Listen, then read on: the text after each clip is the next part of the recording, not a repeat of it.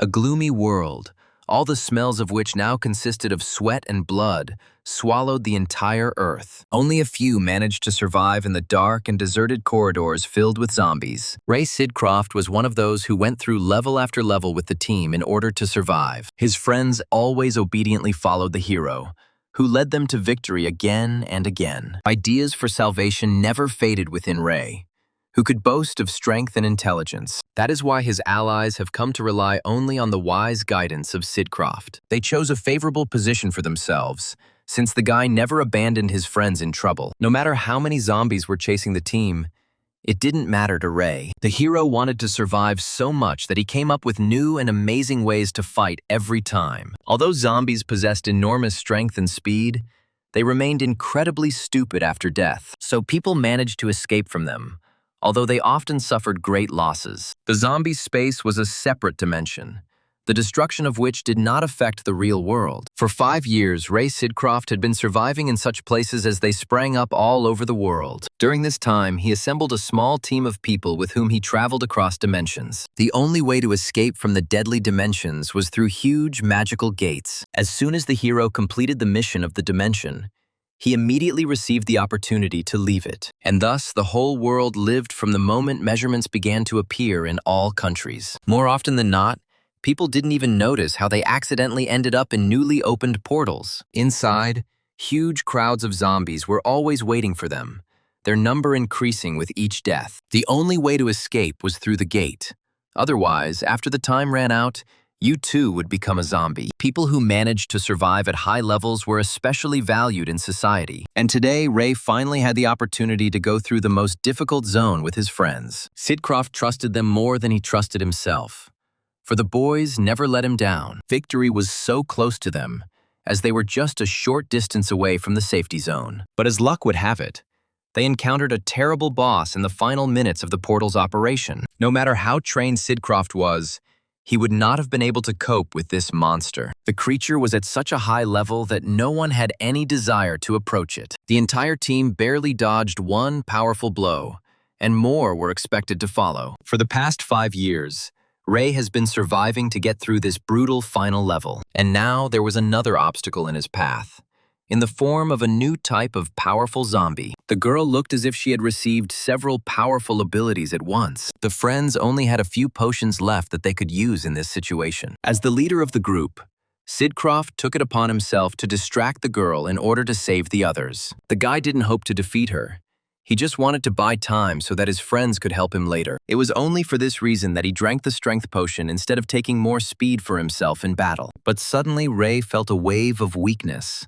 Although this certainly shouldn't have happened. The hero couldn't even imagine that his friends would switch the potion at such an important moment. The fact was that his friend Roger Nudie had long been planning to overthrow the powerful Sidcroft. Everyone else supported Roger, as he was their leader even before the zombie apocalypse. That's why none of the group of former friends were worried about the death of the experienced Ray. They couldn't defeat him any other way, so they left him to be devoured by the zombies. Roger had planned to leave Sidcroft from the very beginning, and only now did the opportunity arise. It so happened that all the friends shared Nucci's opinion, since they had belonged to the same rich group before. That's why, at the first opportunity, Roger sacrificed Ray, who never had any money. Such was their life, the cruelty of which was brought about by the very people who abandoned their friends. The hero did so much for his comrades, only to find out that they did not consider him a true friend. At that moment, the pain and despair inside Sidcroft replaced all fear of imminent death. He tried to survive for so many years,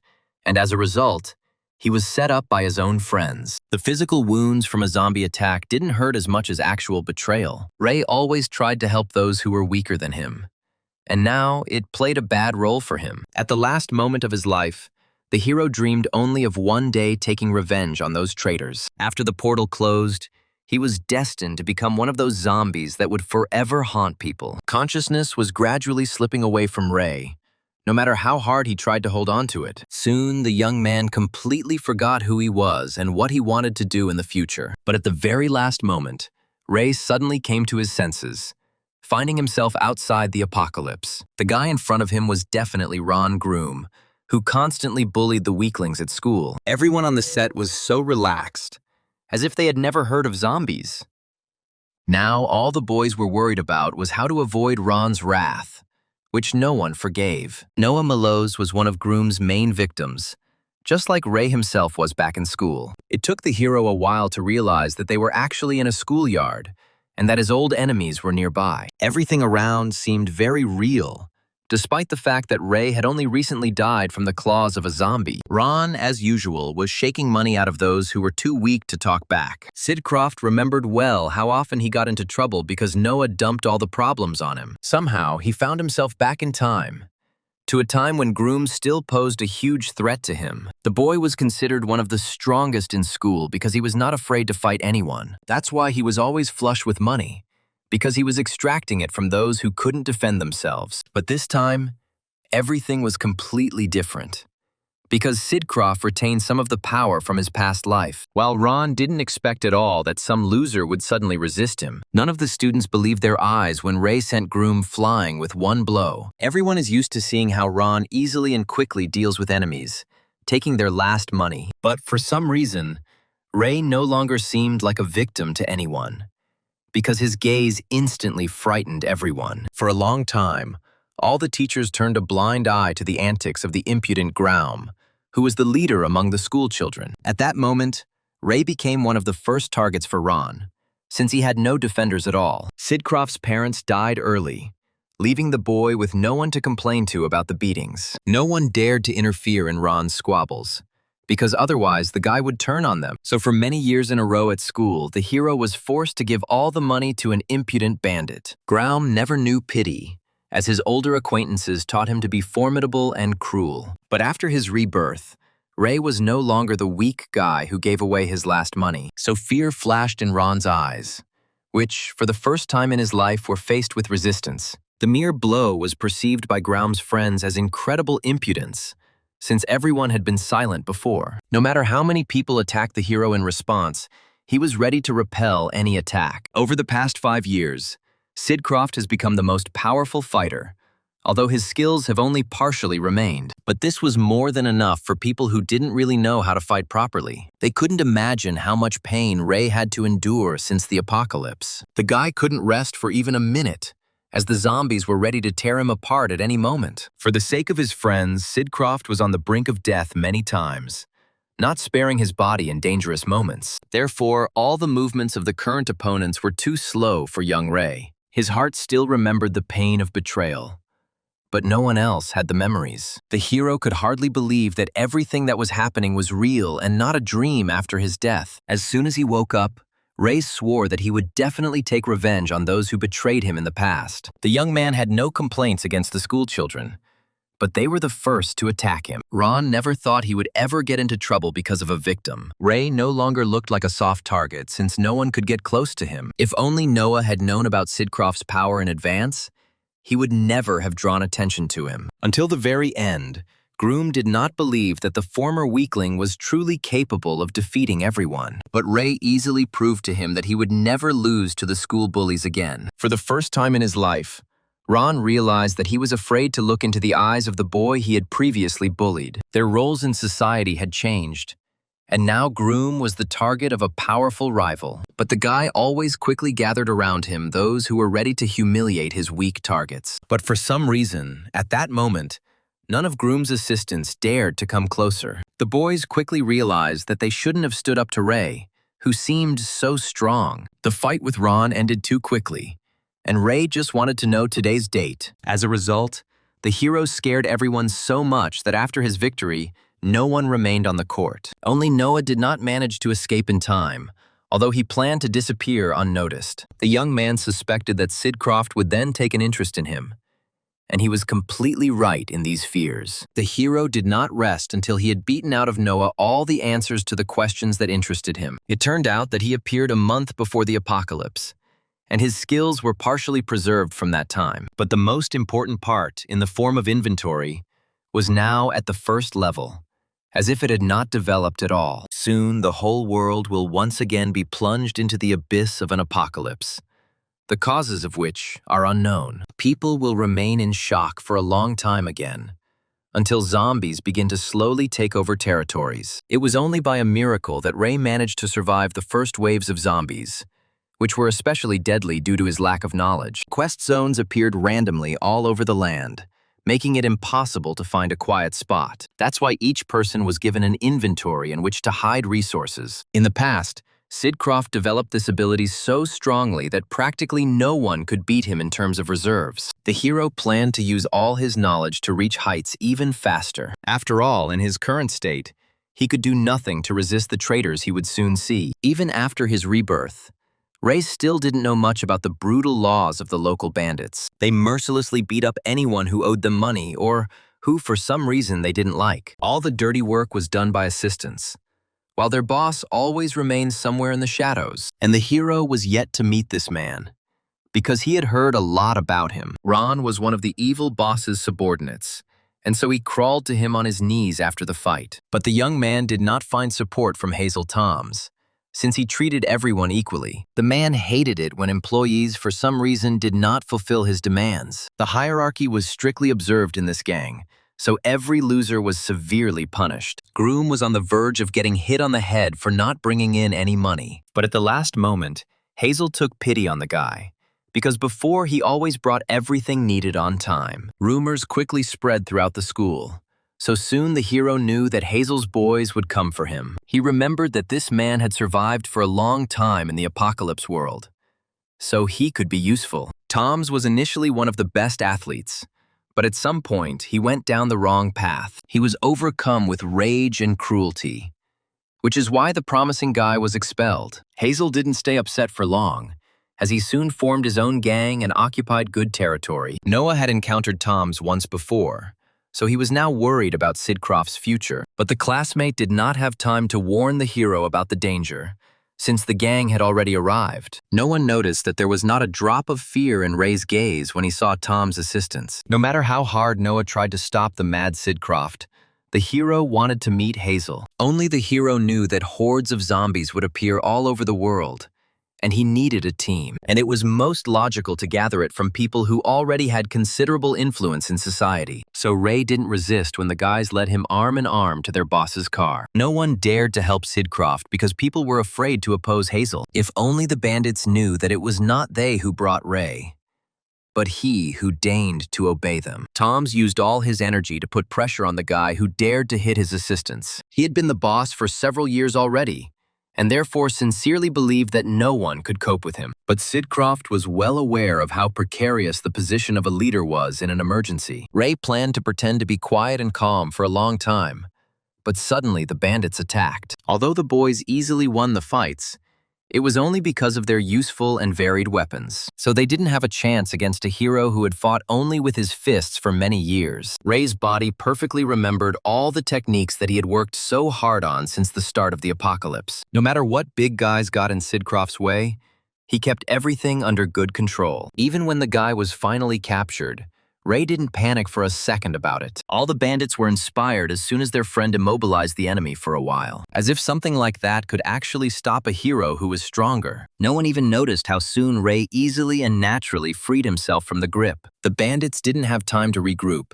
so some of them attacked Sidcroft anyway. But the hero was no longer immobilized, so nothing prevented him from repelling all attacks. To such weak opponents, Ray looked like he was a true god in battle. Only one blow reached Sidcroft, because the opponents were many times more numerous. Ron was most worried about his friends, as he wanted to take revenge on Ray for his recent humiliation in front of everyone. But it turned out that even such a vile blow did not reach its target, because Sidcroft managed to defend himself. The bandits tried every method, but were unable to get close to such a good fighter. Nothing but defeat awaited them, as Ray had been desperately fighting for his life for several years. And now it was too easy for him in the battle with people who were many times weaker than zombies. Hazel clearly didn't expect some schoolboy to deal with his gang so quickly. All this time, Ron was sure that Ray would not be able to defeat even one bandit in their company. And now Sidcroft stood before the boss, and not a drop of fatigue was visible on his face. Of course, Toms would never forgive the impudent man who dealt with his friends. He has been trained in fighting since childhood, so he has never lost a fight. But even with all his skills, Hazel couldn't hit Ray even once. Emotions clouded Tom's judgment, as anger always quickly made him lose his temper. The man didn't believe that the guy in front of him was really just an ordinary schoolboy. The boss's defeat was swift and spectacular. Although Hazel had never embarrassed himself like that before, who would have thought that one day the great Hazel would have to lie on the floor with everyone else? Ron couldn't do anything in this situation, although he felt guilty, because he brought Ray. Tom's intuition told him that he would never be able to defeat this guy in his life. He wanted to lead a quiet life as a bandit, protecting only his own territory in this city. But it was at that moment that something went wrong. As Hazel could no longer be an authority figure, the man realized with horror that it was he who Ray needed.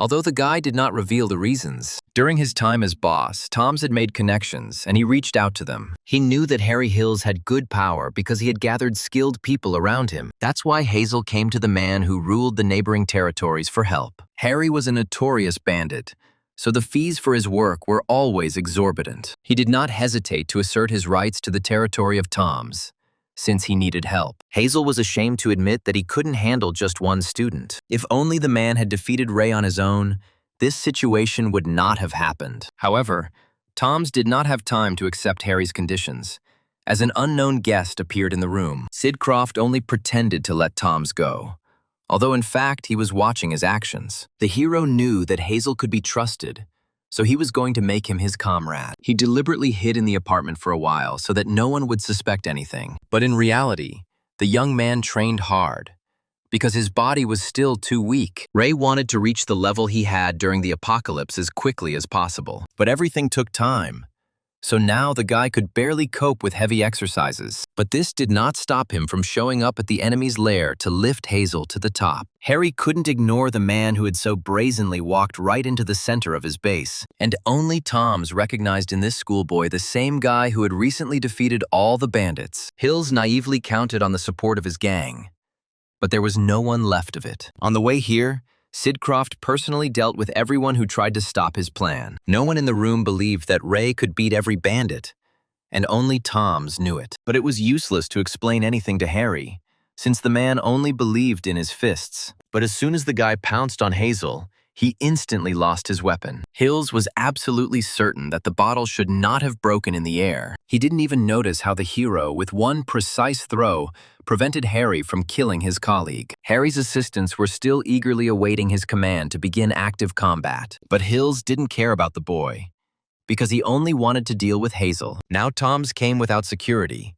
and alone he would not have been able to deal with everyone at once. So Harry had a good opportunity to gain more territory. Of course, Hazel would not give up his life without a fight, because he was used to defending himself. He did not spare any of Harry's assistants, who were now only hindering his escape. Meanwhile, some of the guys tried to attack Ray, but it seemed like they could do anything to him. Sid Croft did not boast of his abilities, but he demonstrated them well in practice. So the bandits scattered in all directions with such speed as if they were little children. After what Ray went through during the apocalypse, no man could defeat him. Every move Sid Croft made was confident and precise, as if he had fought like this before. Harry didn't expect his best men to be knocked to the floor so quickly, while Ray wasn't even out of breath, and he had just beaten those who were heavier than him. As soon as Hills gave the order, the remaining bandits immediately attacked just one guy. But Sid Croft didn't even blink an eye, since they moved slower than some zombies. So the guy accepted the fight bravely, because he was not used to giving up at the very beginning because of such trifles. Once again, the bandits took turns flying aside while Ray remained unharmed. But no one dared to run away shamefully, because Harry would not hesitate to kill as punishment. That's why every Hills assistant acted recklessly, trying to defeat just one schoolboy. The bandits attacked desperately all together, but this did not save them from painful blows in return. Soon, many began to feel that they would never defeat this young man in their lives. Even when someone managed to grab Sid Croft, the others simply did not have time to strike in time. Ray easily dealt blows to his attackers, which were still too weak for him. Sid Croft would only have lost if he had suddenly been shot in the heart. Until then, no enemy would be able to hit him even once during the entire battle. The speed and power with which Ray acted would strike terror into any enemy, and Harry was no exception. As for the first time in a long time, an unpleasant shudder gripped him. Although it was unfair, the man pointed the gun at the schoolboy who fought well. In the heat of battle, Sid Croft did not pay attention to this, and it was almost too late for him. But at the very last moment, Hazel saved Ray, despite the fact that he was not on his side. Tom suddenly realized that without this strange young man, he would not get out of here alive. This unexpected support came in very handy, as Ray was able to focus on the fight. But this made Hazel a lifelong enemy in Harry, who hated resistance. Tom's only needed to hold out a little longer until the schoolboy came to his aid, and the man did well with Hills because they were in roughly the same shape. But it all ended in Hazel's favor, as Harry got his gun back. No force could save against such a weapon, since the bullets could not be reflected. All this time, Tom's considered himself invincible, but it turned out that he was very wrong. However, at the very last moment, Ray still appeared nearby to save the reliable Hazel. So this bloody battle ended with Tom's victory, although he did not believe that he would survive. If it weren't for Sidcroft's help, the man would have long ago been left without territory and money. Until now, he did not understand the motives of Ray, who so bravely helped him after the recent meeting. Personally, Hazel would never get involved in something like that, because the bandits might start hunting. But the hero didn't care about other people, because he wanted to see Hazel at the top. After being reborn, the former schoolboy became a completely different person and had no intention of losing. It wasn't by chance that he chose Tom's for himself, because the bandit always had a lot of money, while now the hero was not working and therefore he barely had enough for food and housing. But none of this mattered to Ray, because he knew that soon money would have no value. Now he was planning to gather people for himself whom he could count on in the apocalypse. At that moment, the hero had no idea how difficult a goal he had set for himself. The whole point was that Hazel was only responsible for a few territories, and there were more bandits. And the most important of them has long been Jared Broy, who is rarely seen. Tom's tried to participate in all the chapter's events in order to remain in good standing, but at heart he remained a small man, though Sidcroft planned to change that. Hazel's life was changing rapidly, and the man didn't understand if it was for the better. What he knew for sure was that there was no way to get rid of the attentive Sidcroft now. But if the guy really does lift him to the top, then Tom's will be ready to obey him in the future. He always dreamed of occupying some prominent position, but he didn't have enough strength for it. Soon, Hazel's assistants finally arrived at the building, although they were significantly late, so no one had to fight, because Ray personally dealt with each of Harry's bandits. The hero had no desire to communicate with his classmate, who had bullied him for several years, and Grom himself was now afraid to approach Sidcroft, who was displaying such amazing abilities. But Hazel had other plans, as he needed to stay in constant contact with Ray. That's why the man gave the assistant's phone to the hero, because the latter had already broken his cell phone a long time ago. But Sidcroft could no longer call anyone his friend after the recent betrayal, so he planned to stay out of the way, but at the same time gradually develop his people. Ron never thought he would get into so much trouble because of one classmate. Ray turned the entire bandit system upside down in one day by uniting two huge territories. Hazel had only had a short conversation with Sidcroft, but he sensed his thirst for blood and revenge. This made everyone around him feel uneasy, and only the hero behaved the same way as in his past life. The only difference was in his skills and goals, which had changed somewhat after the betrayal. So, as soon as Ray saw Roger's face, a powerful wave of rage washed over his entire body. The guy seemed nice and handsome to everyone around him, but all of this was just a false mask of a good actor. In the past, Nucci took most of the resources for himself in a short period of time when zombies appeared, and now the guy was among the rich population, so Ray could not get close to him. The young man could only gradually approach Roger to make him feel all the pain. Until then, Sidcroft was going to raise the people he had already accepted into his team. The hero was so deep in thought that he didn't immediately notice that he was bothering some people at the bus stop. He didn't expect that sudden hallucinations would overtake him, as if zombies had already appeared nearby. But people were still people. Although Ray's intuition told him that something was happening, he definitely saw the change in the girl's face, but it only happened for a moment. Sidcroft did not deny the fact that stress could have caused him to hallucinate. Although this did not happen in his past life, after his reincarnation, Ray constantly felt strange. But the story of hallucinations did not end there, as Sidcroft heard something again. Fear completely overwhelmed the guy since he was not prepared for the apocalypse to begin right now. While right next to him, a portal opened to a dimension where zombies existed. Ray couldn't pass by, because such portals were supposed to appear much later. All the people around behaved so calmly, as if nothing unusual had happened at all. Only the hero, for some reason, saw a portal that was dangerous for ordinary people. There was no way Sidcroft would pass up such an opportunity, because he needed to become stronger. Only in such dimensions were there resources that allowed one to thoroughly upgrade one's personal inventory. So Ray had no doubts about his decision, even though it could lead to his quick death. As soon as he entered the zone, the guy's heart began to pound loudly in anticipation of battle. He couldn't even imagine that he would see zombies so soon, because the apocalypse was supposed to start later. As usual, a window with a task appeared in front of the guy, which allowed him to find a way out. If Sidcroft fails, he will join the zombies in this dimension after the time has passed. The young man understood that it would be difficult for him to immediately find the exit zone and still complete the task. But he didn't even think about getting discouraged, because he was already stronger than when he first appeared in the portal. So Ray immediately began preparing for battle, because the zombies didn't scare him at all this time. He hoped to find good resources, since how much the hero would develop his inventory depended on them. In the past, people constantly competed for crystals, from which many things could be made. This is why Sidcroft was so keen to find as many of these useful elements as possible in the dimension. As long as he stayed within the safe area, his life was not in danger from the zombies. But it was impossible to remain in place indefinitely because the test time was strictly limited. Ray didn't know what to expect from this dimension, which had formed too early. It was clear to him that with such a weak body, he had to be more careful when meeting zombies. If before the guy would have easily melted with them at the first levels, now, he hasn't leveled up yet. Sidcroft moved gradually to avoid accidentally running into an enemy that was too dangerous too early. But everything didn't go according to his plan from the very beginning, as the zombies almost immediately discovered their target. Although this corpse was of the weakest level, its strength and speed still surpassed that of humans. In his current state, the hero could well have died even from such an attack if he had not been so careful.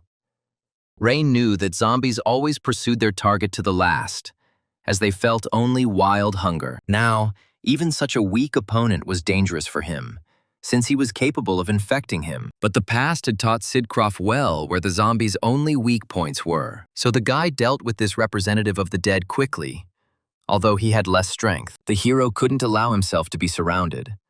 Otherwise, he wouldn't have survived even on the first level of the portal. But the worst thing for Sidcroft would be an encounter with a mutated zombie, since he was without a team. As luck would have it, it was at that moment that one of these zombies spotted easy prey. This guy retained the special skills he developed during his life, and they grew into something terrible. The hero would never have thought that in his very first portal he would encounter such a dangerous enemy. The mutant's strength far exceeded that of a human, and he also possessed a fierce rage and a thirst for blood. So only his improved skills saved Ray from harm, even though he did get hit. There was no talk of any direct combat with the mutant, because now Sidcroft was completely alone. Even if the hero had taken a team with him, it would have been unlikely for all of them to defeat this zombie. So now, escaping was the best solution, because only a suitable location would help us win. The dead man moved on instinct, which only made him look more like a terrible and hungry monster. As Ray feared,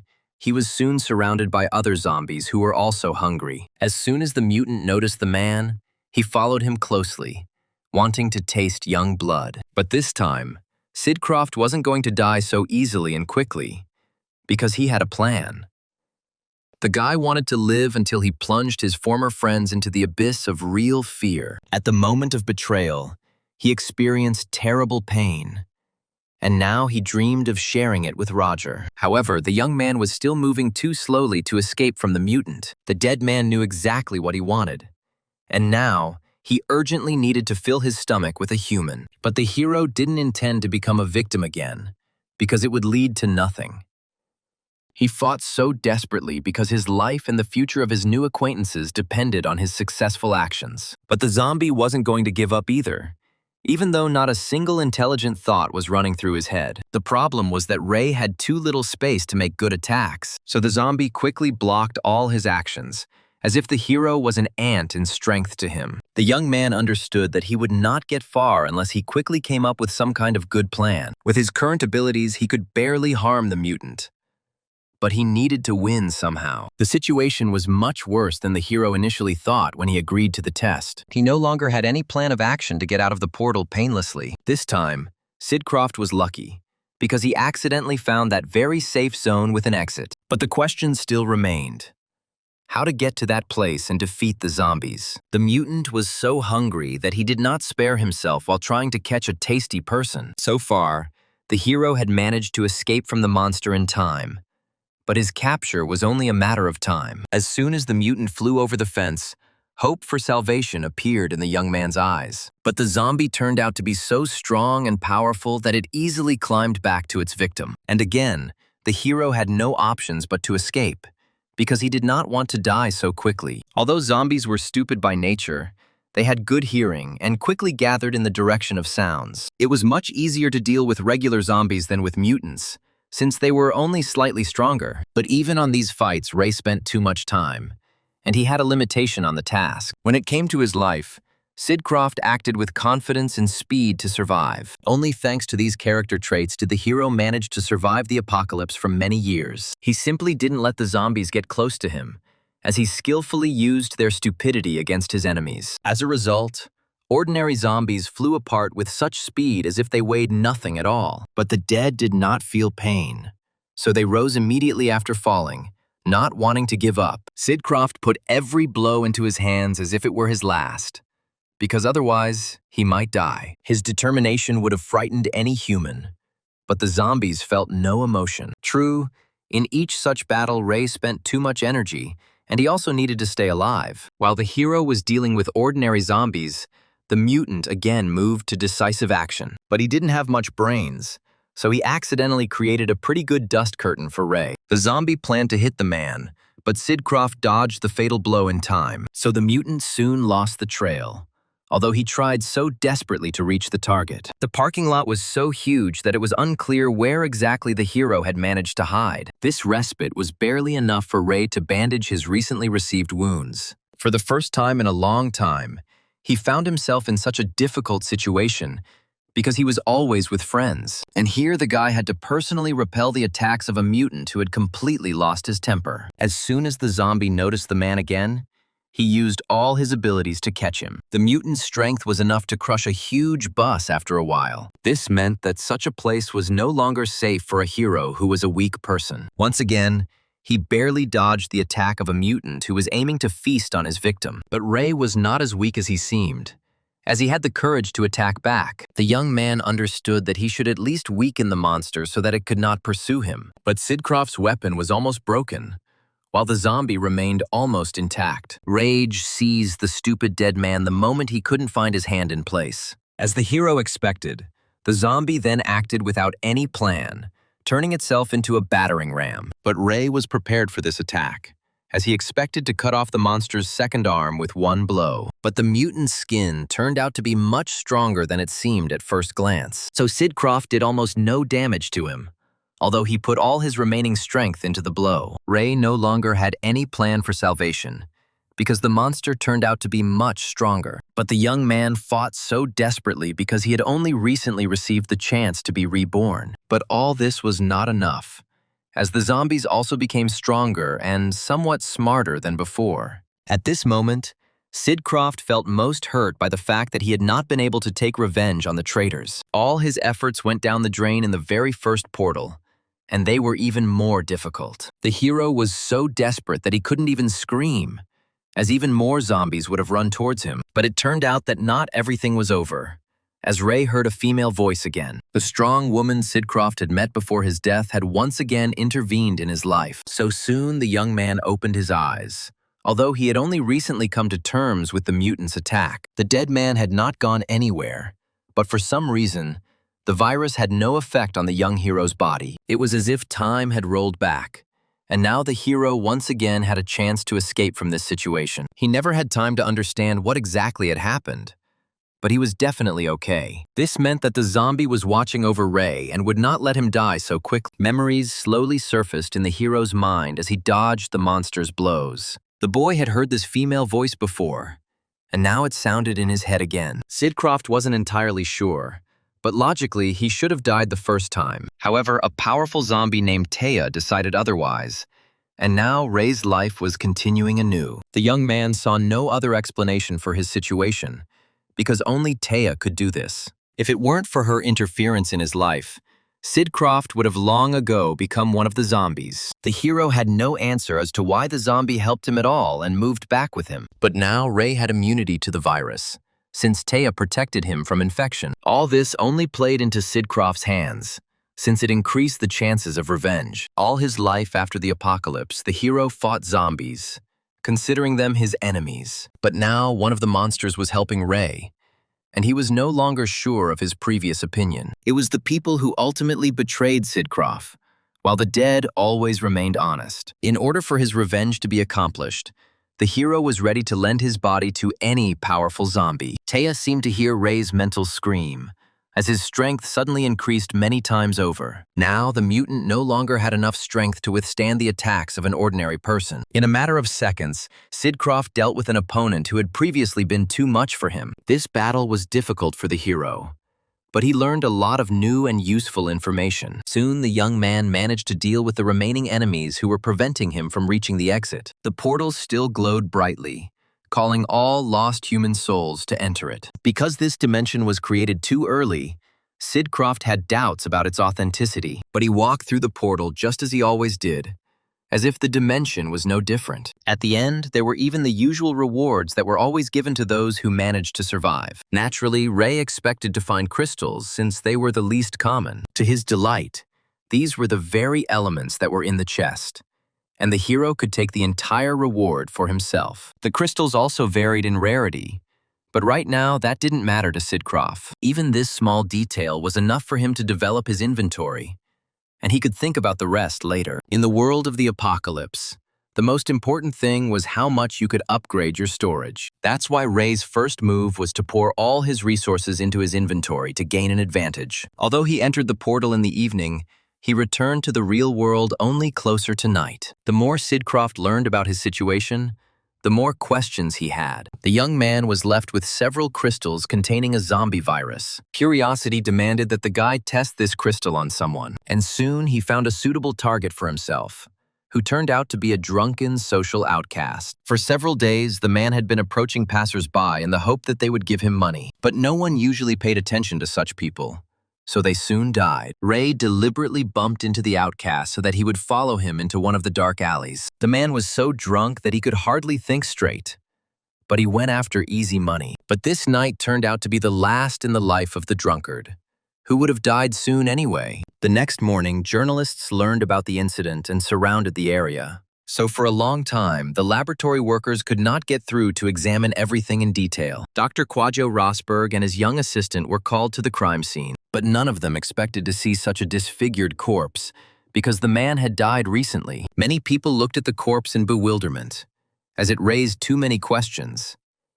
Only the young and inquisitive Cynthia Loca was brave enough to explore the man. But Cynthia's research ended at the very beginning, because Quajo did not want to do it. Iloka was subordinate to the professor, so she could not object to him in such matters. But the assistant's intuition told her that she should examine the found body more closely. However, Rosberg considered himself more important than everyone else, so he never listened to other people's opinions. So Iloka was unable to convey to the leader the full importance of the research into this corpse. Her story could have ended in nothing if the hero had not noticed this girl in time. That corpse was the result of his night experiment, which had gone badly for the man. But now the young man knew for sure that before the apocalypse, the virus would not work on anyone. But in the end, the hero found something more important for himself, because he met that very Eloku. Only he knew that this girl would become the most brilliant scientist in the world of the apocalypse. Now she meant almost nothing, since she was still in the role of assistant. But after the world collapses,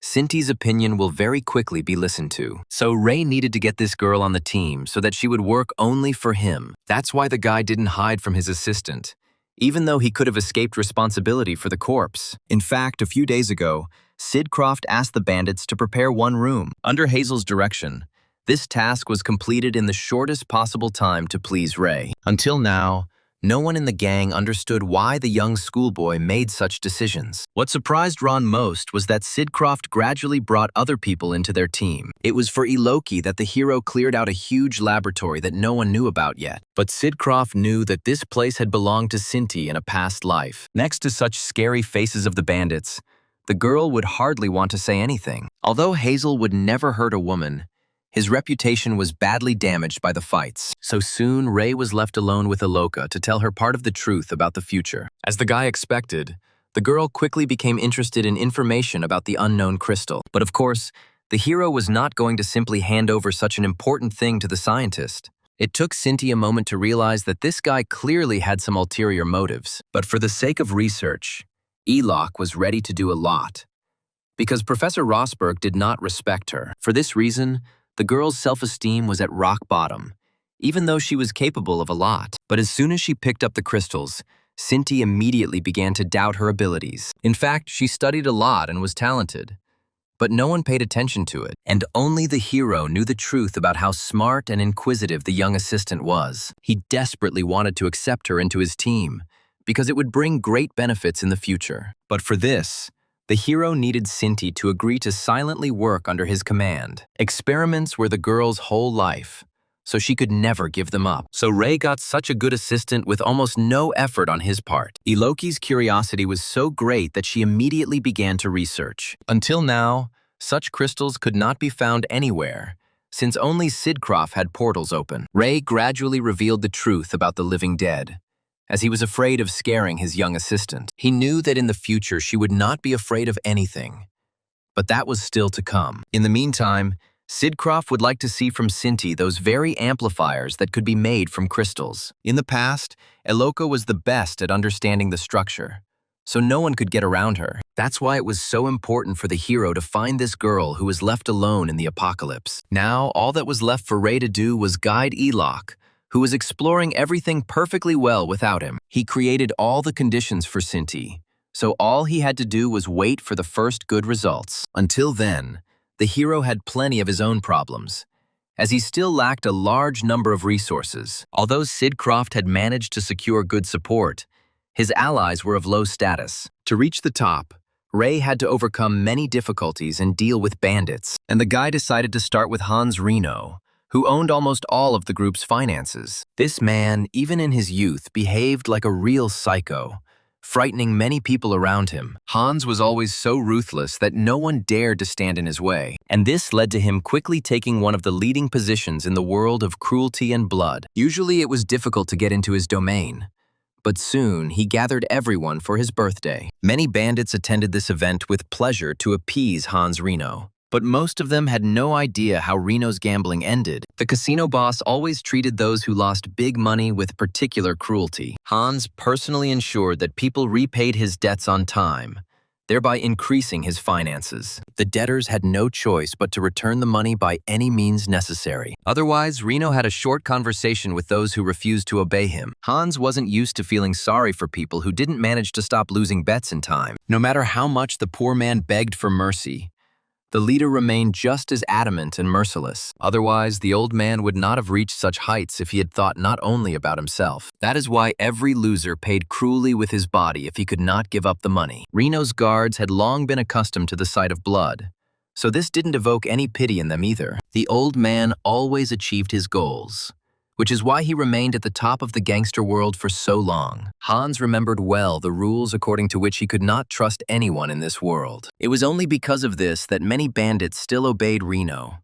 because they were afraid of him. But as soon as the hero appeared next to Hazel, he forgot what fear was. But Hans wasn't afraid of the guys, whom he didn't consider to be important people in the world of bandits. The old man was confident that he had nothing to fear, since he had gathered strong people around him. But today, Tom's had a specific goal, and it involved taking over the entire casino. At that moment, Reno had no idea that his guests had such large-scale plans. He himself had long wanted to overthrow Hazel in order to take all of his vast territories for himself. But now this was impossible, because behind Tom's stood a hero who was not going to lose. Initially, Hazel didn't want to take only a few people to fight Reno, but Ray was confident of victory, since he was able to deal with all his opponents alone. Tom's trusted his young boss, and was the first to attack the selfish and rich old man. As he thought, the guard Isaac reacted so quickly that Hazel didn't have a chance. Even when Ray tried to attack the guard himself, it didn't produce any results. Isaac was so well trained that he dealt with such a weak attack without any problems. But the rest of the assistants barely had time to notice what exactly happened right under their noses. Sidcroft knew that Hans was about to give the order to attack, so he struck first. Thanks to the element of surprise, the hero quickly and easily dealt with some of the enemies. Of course, there were still too many guys in the office who were ready to fight. Harry bravely took on some of his opponents, as he had long dreamed of a worthy battle. Hills always forgot about pain and fatigue when it came to fighting for the advancement of his gang. For the first time in his life, Hazel had seen his former opponent give himself so much to a fight with someone. But Tom should have been more careful, because Isaac did not stay on the sidelines during someone's fight. Ray only managed to save Hazel at the last moment, although he needed him alive for a long time. During the time that Toms and Sidcroft stood aside, Isaac had become fully prepared for the fight. He was the best among all of Hans's defenders, which is why he acted so self-confident. Many could barely keep up with his movements, but the hero first tested the man's skills. To win, Ray needed to understand how strong his opponent really was. So soon the young man intentionally missed one blow, which did not cause him any harm. After the recent battle with the zombies, all human movements seemed too slow to Ray. Although Isaac suspected something was wrong, Hans did not give him the opportunity to retreat from the battle. The man always obeyed his boss's orders without question, so he boldly rushed into battle. But he quickly realized that the schoolboy in front of him was not an ordinary person. No matter how desperately the guard resisted in the fight, it all brought him no results. It felt like Ray was a cat playing with a poor mouse in the form of a huge Isaac. So the result was obvious, because a mouse would never be able to defeat a cat in a fight. That's why the guard lost so quickly, as if he didn't know how to fight at all. Only Hans did not accept this outcome, because Isaac had always done his job well. But the arrival of just one person radically changed the balance of power between Hazel and Hans. Rano had already found himself in difficult situations more than once, so he was able to avoid panicking so quickly. But as soon as he saw that only a part of the guys came to help, the old man began to sweat from fear. He had been gathering a huge team around himself for so many years, but it couldn't come to his aid at the right moment. It turned out that most of Reno's group was somehow cut off from the casino building. Only now did Hans realize what a serious trap he had fallen into when he stood up to Hazel. But the old man had no intention of giving up, because he still had help, although not numerous. Meanwhile, inside the casino building, many people were playing games, enjoying the evening. But their hobbies were soon interrupted by Hans appearing on the floor right in front of the guests. The old man was no longer able to resist, as all his bandits had been defeated. Once again, Hazel was glad that Ray had been on his side from the start. Sidcroft was reluctant to take on the role of boss,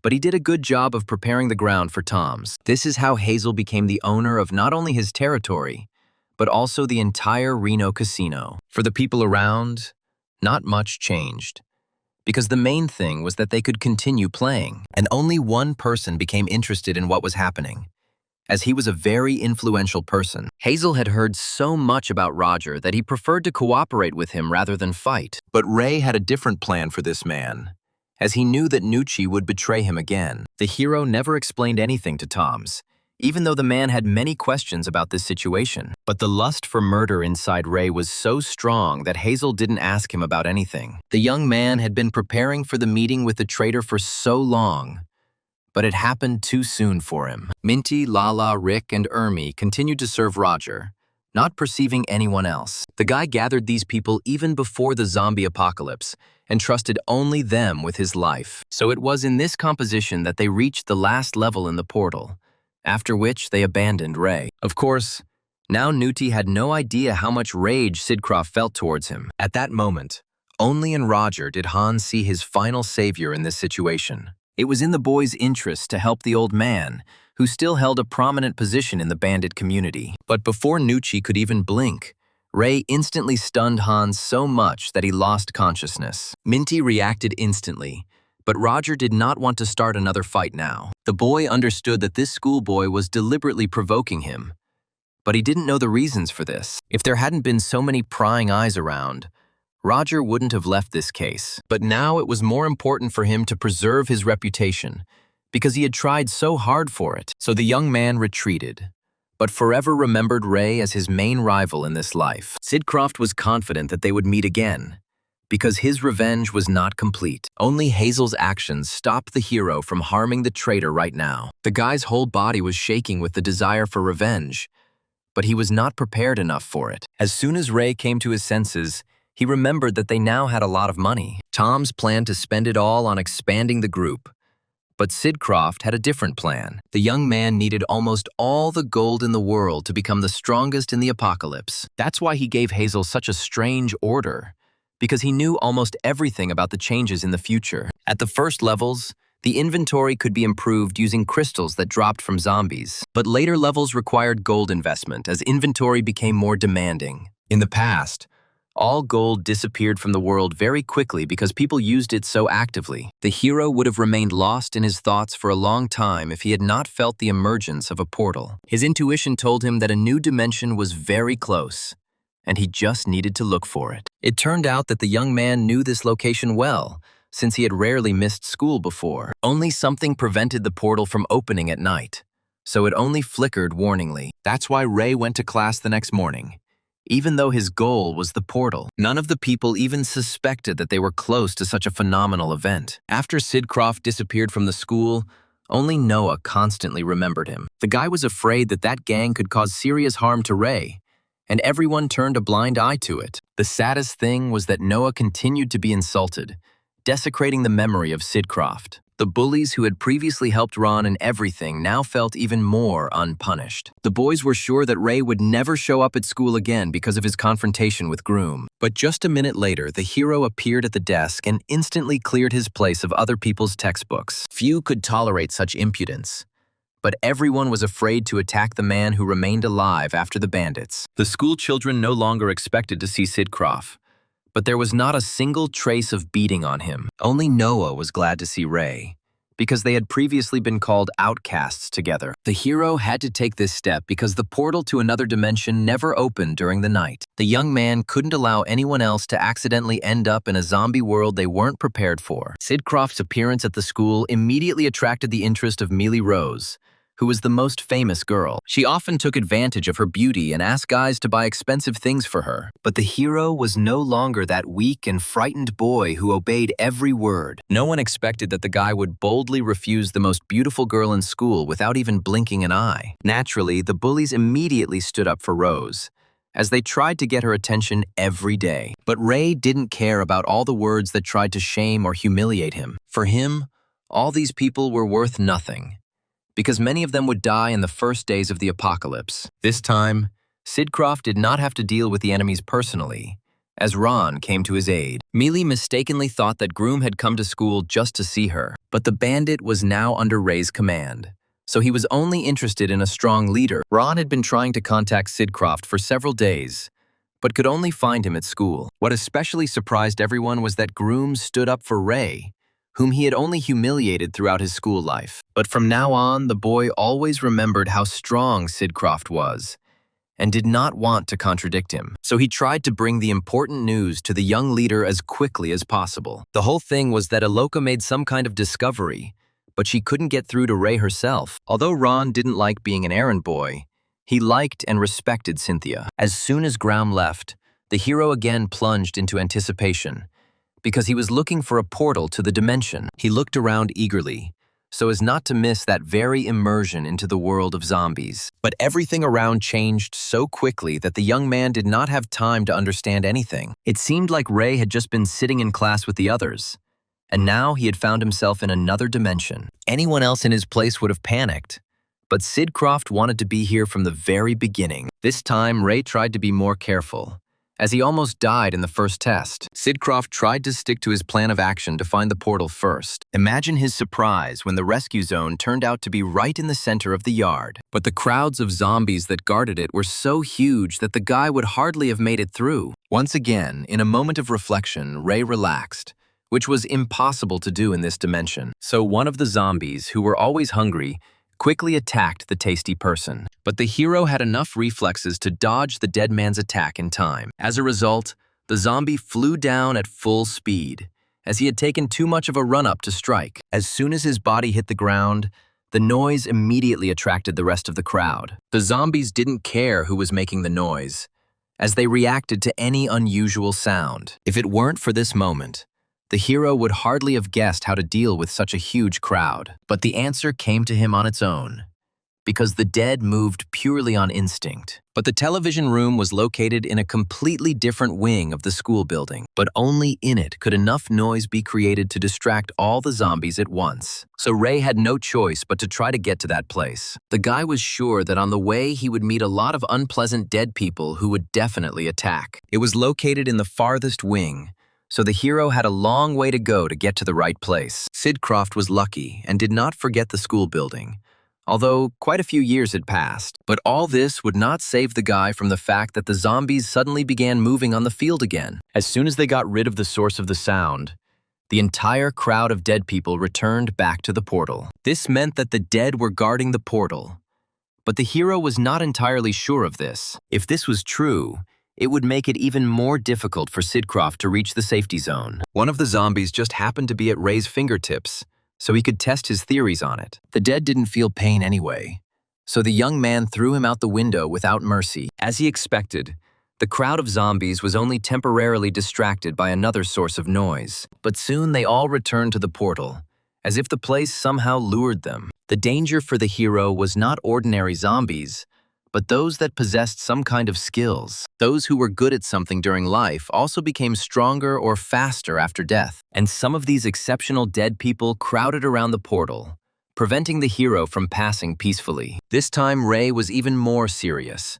although it was difficult to complete such missions alone. A huge number of school corridors were practically without light and were fraught with danger. At any moment, a dangerous zombie could emerge from around the corner and attack the attentive hero. There were a lot of zombies walking around the school because that was the essence of another dimension that was dangerous to people. But all of them had almost no intelligence and acted only on instincts that remained after death. Even in his past life, Ray learned to deal with zombies that had no skills, so it wasn't hard for him to come up with a plan to quickly deal with this dead man. The young man needed to quietly kill the enemy, just so as not to attract the attention of the others. The dead man didn't stand a chance against the smart and strong man he met on his way. So Sid Croft quickly dealt with the first zombie, but there were still many more on his way. While he had the opportunity, the boy tried to avoid encounters with monsters because they were dangerous. His school, as luck would have it, was one of the largest, so the journey took a fair amount of time. Ray was constantly on edge to avoid being trapped by a crowd of zombies, and soon he found himself in a difficult situation, because a battle in a narrow corridor could not be avoided. There was less and less time left until the mission was completed, so the hero could not take a detour. So his only option was to fight. Even though it would create a lot of noise, Sid Croft hit with all his might, aiming to kill every zombie permanently with the first blow. He still had several corridors to go through, and there were more and more zombies with every turn. So the guy immediately sensed a catch when he soon did not notice any of the dead people on the way. He really should be more careful because things like this never just happen. But Ray was in such a hurry that he stopped paying attention to the space around him. Only a lucky chance told the guy that a serious attack was being prepared against him. Sid Croft never thought that he would meet one of the powerful zombies right in the school corridors. The guy thought that all the elite dead had gathered on the field, but he was very wrong. As a result of this meeting, the noise attracted the attention of zombies that were just nearby. They did not miss the opportunity to find out what exactly dared to move within their radius of activity. Their intentions did not even need to be guessed, since hunger was written on the faces of the dead. It was not easy for the hero to dodge the greedy hands that were desperately trying to catch him. Eventually, he became exhausted, which was to be expected given the superior numbers. The zombies seemed to be just waiting for the moment when their victim would gradually begin to give in. And then came that very moment when Ray was once again close to dying. The dead man was determined to finish off the man with one powerful throw, because hunger was eating him up from the inside. Only good skills saved Sid Croft from the blow of the elite zombie that almost caught up with him. But it didn't end there, as the mutant wasn't ready to leave his victim so easily. The fact that the hero managed to disappear from his sight only made the hungry zombie even more angry. Once a mutant had chosen a target, Nothing could stop him from pursuing it. In such a short time, Ray managed to prepare a good trap, which attracted the attention of the dead man. Only in a closed room was Sidcroft able to fight this zombie one-on-one. It was easy to follow the dead man's trail, because he would not have guessed that he was walking into a trap. At such moments, animal instincts only spoiled everything, since they could not help to sort things out. As soon as the zombie sensed the approach of prey, it immediately and indiscriminately attacked the area nearby. It was Eloka who suggested this bait option to the hero when she divided the zombie crystal. She kept asking the guy different questions, as if she was trying to become an encyclopedia in the zombie world. But many of her studies were useful, because they could easily be applied in practice. So the dead man only got a test tube of blood, which attracted his attention. The mutant clearly didn't expect his target to be so cunning and agile this time. The zombie didn't care who he killed, but in the end, he was never able to reach Ray safely. Sidcroft was not going to waste the chance that the dead Taya had somehow given him again. His despair and desire to live gave him strength, which spread throughout his body like adrenaline. Before this, Ray was too self-confident, which is why he made such stupid mistakes. But now he has completely corrected his behavior, and this has led him to his first worthwhile victory. The hero's heart pounded loudly after the battle, as the adrenaline refused to leave his hot body. Sidcroft didn't just get the vials of blood for no reason, as he planned to continue avoiding battles. Experience fighting the mutant has shown that this bait works great on the stupid dead. But not everything was so simple, because the hero's body was constantly under enormous stress. Now Taya had settled herself in Sidcroft, and sometimes he felt her presence, which made him angry. But now Ray needed this zombie's help, so he had to put up with the pain. After his recent battle, many dead people had gathered in the corridor and heard the noise. But just one test tube brilliantly distracted them from their main goal, and the hero was able to quietly escape. The guy tried not to attract more attention as the battles took up his time. That's why he examined every turn in detail. But in one of them, he didn't see a zombie. At that moment, the young man was in such a hurry that this did not alert him, although it should have. But Sidcroft was in the broadcast room within a couple of minutes, so he didn't care about the rest. More than anything in the world, the hero was afraid that the equipment would not work at that very moment. But he was lucky, and the equipment could be set up to distract all the zombies. Although Ray survived many years in the apocalypse, he still continued to make hurtful mistakes. He didn't lock the door, and his smell attracted especially sensitive zombies. The worst part was that the boy became the target of one of the mutants who moved quietly. Only intuition hinted to Sidcroft about the danger, but it was already too late to save himself. If only Ray had been more attentive and careful, he could have avoided this meeting. And in the end, in front of him was one of the most unpleasant mutants that could explode. Now the zombie virus was not scary for the hero, but the explosion would still attract many dead people. In the past, this type of mutant caused a lot of problems as it constantly infected people with explosions. That's why it was not profitable for Ray to fight this monster now, because time was limited. Although the zombie moved slowly, once it chose a target, it pursued it for a long time. Once again, Sidcroft was lucky and easily lured the zombie to the huge window. Instead of fighting him, the young man chose to throw the mutant outside the school. The stupid zombie didn't have time to slow down after running, but wasn't even scared by the fall. But Ray couldn't let it explode loudly around him right now. The hero barely managed to hang the monster by the wire, and all that remained was to hope that it would withstand such weight. However, the sound inevitably attracted the attention of other zombies, who instantly appeared in the corridor. The young man had no time to deal with this crowd, as the portal's time was ending. He was just a little bit away from victory, but such difficulties arose at the final stage. So Ray paid no attention to the dead people anymore, desperately trying to start the broadcast, while the zombies slowly searched for him, as the blood bait no longer worked on them. And this time, Sidcroft did not close the door, as if constant dangers had taught him nothing. But he managed to turn on the loud broadcast before any of the zombies discovered him. Only this saved Ray from another battle, because the sound greatly irritated all the dead. Although most of them ran away, many zombies still remained in the school corridors. Sidcroft still had a few baits left, which he used generously on his enemies. If he had entered the battle, he would have definitely lost all the remaining time until the portal closed. So Ray used all his skill to avoid encounters with the dead. He only needed to go through a couple of corridors, and the exit to the field with the portal would be secured. But the hero's intuition told him that all this would not be as easy as he thought. And indeed, the huge crowd of zombies for some reason did not move towards the sound, as if they suspected something. But in this case, Sidcroft had prepared another diversionary tactic to ensure his safe escape. As soon as the body of the exploding zombie finally fell to the ground, the young man began to move. He only had a few seconds before the rest of the zombies were distracted by the mutant's fall. As he thought,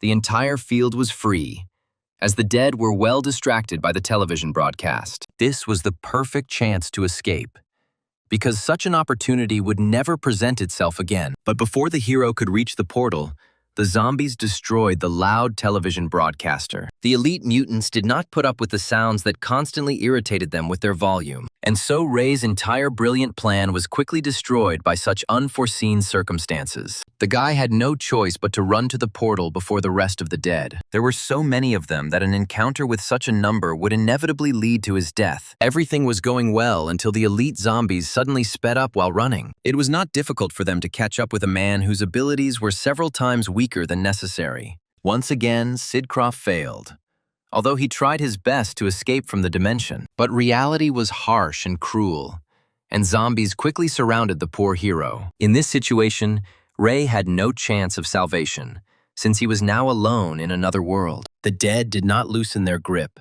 no matter how desperately the young man fought for his reborn life. But there were too many of them for him alone, and Sidcroft's strength was gradually running out. Even if he had good support, it is unlikely that the guy would have been able to cope with such a crowd. The most annoying thing was that there were only a few meters left to the portal, which was occupied by zombies. With his last strength, the hero reached for the saving exit. But all that was left for him was to die. All the guy's efforts were not enough to pass the test on his own. In reality, the weathers seemed to mourn the hero's loss, as lightning flashed everywhere. But all this did not stop Eloku from continuing his beloved research. The girl could sit in the laboratory for several days in a row, but today something distracted her. She was ready to swear that she somehow saw a woman who was obviously dead. The thing is that before his death, the hero lost consciousness, while the zombies did not go anywhere. And Taya instantly appeared nearby, since her plans did not include Ray's quick death. In just a few minutes, she scattered all the zombies as if they were clumsy children. At that moment, the hero did not know whether he could trust this woman who had been dead for a long time. He decided it would be better not to approach the mutant, who could kill him with one finger. Taya didn't say a word to him, but her actions caused some kind of prehistoric horror inside. Until now, Ray has not understood the motives of this zombie, which, for some reason, helped him survive. Sidcroft had so many questions for Taya, but they all remained unanswered. Although the portal was now free, the woman did not allow Ray to escape from her. She behaved so wildly that even zombies wouldn't dare come closer just because of her aura. It was unclear how one creature could retain so much strength and incredible abilities. Now Taya was not going to explain anything to the hero, because he was at the very beginning of his journey. Meanwhile, in reality, Eloka was desperately trying to bring young Sidcroft to his senses. But the guy didn't immediately realize that he found himself in a laboratory, because Taya had brought him there. Under the influence of adrenaline, the young man attacked Cinti because he did not have time to understand the situation. But the girl didn't do anything bad to the guy. She even sincerely helped with the experiments. Ray's temporary madness had affected Eloka too early, but she still only cared about the test tubes. The assistant noticed that one of them was about to fall and barely managed to catch the precious material. For the first time in his life, the hero saw a girl who would not pay attention to the attack. Elok didn't care how she was treated as long as she could do what she loved. When they both calmed down a little, the girl admitted that she had confused Ray with a woman. But this illusion was only created for a few moments, as Eloka soon recognized Sidcroft. She never understood the reason why there were so many nasty wounds on the guy's body. But the hero immediately guessed that it was Taya who brought him from the zombie dimension to the laboratory. His cuts from the zombie's hands remained, but Sidcroft was still alive and well. But what surprised the young man most was that Eloka had managed to conduct research on his body. While the boy was unconscious, The girl discovered traces of the same zombie virus in his body. She couldn't resist, and so she examined the contents of the blood of the sleeping Sidcroft. The viral elements in the hero's blood were the reason why he recovered so quickly.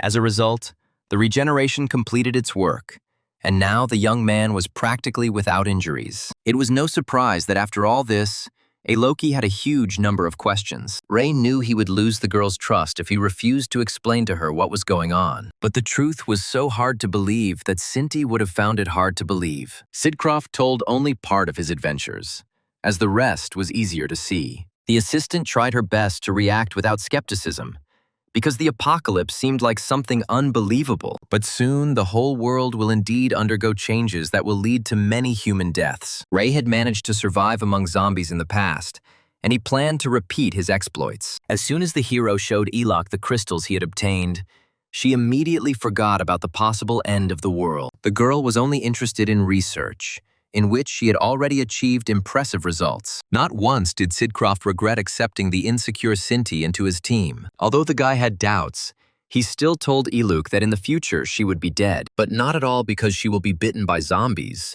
but because the girl will make an experiment out of herself. If the girl found it difficult to believe in the apocalypse, she had no doubt about this outcome for herself. Ray didn't expect Cinti to immediately support him, just to continue his research. Meanwhile, the bandits, led by Ray, were collecting all the gold they could. This time, the guys came to the lab at the wrong moment, because Cinti was treating Sidcroft. Hazel reacted to this situation more quickly so as not to embarrass anyone even more. Only Ron's heart broke at that moment, as he felt sympathy for Eloka. Once Ray's treatment was fully completed, the entire group was able to talk about the results. Gradually, the hero told the truth to the rest of his assistants so that they would be prepared. And right now, the time has come to test the effect of the power drug. The hero remembered well how this remedy affected the human body, but the rest needed to get used to it. Hazel was the first to take this step. Although he had doubts about the contents of Cynthia's test tube, his whole body seemed to be immersed in fire. But in fact, nothing happened to the man. The first doses of the potions were the most difficult, since the body had not yet had time to adapt. But the hero believed that Toms could handle such a burden, because he had survived the apocalypse for a long time. And the man lived up to his expectations, as he soon fully recovered after taking the drug. At the same time, all of Hazel's indicators increased several times, which came as a surprise to him. So now Ray could prepare for the next step in his grand plan of revenge on his former friends. Time did not stand still, and the beginning of the apocalypse was gradually approaching the world. But Roger was unaware of this problem, as he was currently dissatisfied with Sidcroft's behavior. Rick tried his best to calm his heated boss, who could have done a lot of stupid things in the heat of the moment. But the guy didn't have all the latest information, so it was difficult for him to draw conclusions. But Ermi knew that Ray's assistants were actively buying up all the gold, regardless of its price. This caused great concern for the girl, since Nucci also had his own gold assets. Rick was always in favor of taking the observer's side in such unclear situations. It was his cool mind and calm that often helped the entire team survive in the past. But now, his friend's opinion meant little to Roger, who was looking for quick results. No matter how many arguments Rick made, they were all useless for Nucci at that moment. The young man had already decided for himself that he would step over heads just to achieve the desired greatness. If earlier Roger was still willing to wait a little, now he needed results. And so he decided to radically stop all the actions of Ray, who was now actively interfering with his business. But Ermi couldn't find anything about the guy, who was an ordinary high school student. This is all because the hero was originally nothing special during his life. His parents died early, so he was used to achieving everything on his own. Therefore, the guy was prepared for the fact that he might be unexpectedly attacked by more bandits. Ray didn't immediately notice the pursuit, as he was too immersed in thoughts about the inventory. But as soon as the enemy got closer, his intuition told the guy that he should be more careful. The man Nucci sent was one of the notorious bandits under his command. His name was Jake, and he wasn't used to talking for long, so this time he immediately rushed into the attack. But the guy's powerful blow ended unsuccessfully, since Sidcroft dodged it in time. For Ray, such bandits were soft targets that he didn't even want to waste his time on. Since Jake attacked first, the hero responded with double the force as punishment. For the first time in his life, The bandit was so scared that he could hardly say a word. He couldn't even imagine that an ordinary schoolboy would be so strong and fast. Of course, Sidcroft had no intention of harming the man, but he didn't mind giving him a scare. Ray was not stopped even by pleas for mercy, since no one was clearly going to feel sorry for him. He scared Jake so much that he didn't want to participate in attacking people anymore. But the hero didn't even have time to show half of what he was truly capable of. In fact, Sidcroft didn't just walk into that gateway, because he felt another dimension. The portal had just opened, giving Ray the opportunity to face another zombie challenge. Although previous forays had been unsuccessful, the hero had no intention of stopping after defeats. Now he was under Ty's protection, so he was not afraid of death or injury. Until now, the young man has not reached the head of all the bandits to become strong enough. For now, he was only honing his physical skills so that he would never lose again in the future. Although that woman helped the hero, he could not rely solely on her abilities in battle. In the past, Sidcroft had become accustomed to the fact that his life always depended solely on his actions. Returning back, Ray began to gradually change the destinies of people who would be useful to him. The hero's ultimate goal was still revenge, but Roger's suffering was still far away. After that betrayal, Sidcroft wanted to inflict great pain on his friend and was willing to wait. Meanwhile, Cinti worked tirelessly to create new potions that would improve people's characteristics. Ron devoted all his time to the girl, which is why he even spent the night in the laboratory near her. It was on him that the assistant conducted experiments, since the guy himself was interested in becoming stronger. The more drugs Groom took, the less pain the next ones brought him. By the time the hero arrived at the laboratory, Ron had managed to drink several strength potions, so the bandit suddenly attacked Ray in the hope that he could deal with him quickly. But the guy's skills were still not enough, so his first blow missed its target. Even after a hard night in the zombie world, Sidcroft remained collected and alert in this world. Therefore, it was not difficult for him to put his friend on his shoulder blades, finally declaring victory. This entire attack was orchestrated so that Eloko would draw conclusions about the drug. The girl had hoped that Ron would do a much better job, but Ray was too strong for him. In any case, Cinti was pleased with the study, as the results progressed rapidly. During this time, she managed to become friends with Groom, so the girl's appearance underwent changes. But in her soul, Eloko was still the same inquisitive explorer who had achieved much. Ray brought Cinti crystals quite often, as their consumption was becoming more and more. But Sidcroft did not spare materials for potions, which were very useful in the battle with zombies. The guy placed a lot of emphasis on his friends, as they had achieved a lot in the past without him. But Ray didn't notice that Cinti was jealous because he spent so much time with Hazel. The girl had long noticed how interesting Sidcroft was, but she couldn't get close to him. But the hero had so much to do that he had no time to think about the feelings of his smart assistant. Today, the guy planned a large-scale attack on the gangster boss in order to take his place. But Hazel was not mentally prepared for such a confrontation, which was mortally dangerous. Ray couldn't wait any longer because he needed the resources they could get after victory. Jared Broy was indeed a difficult foe,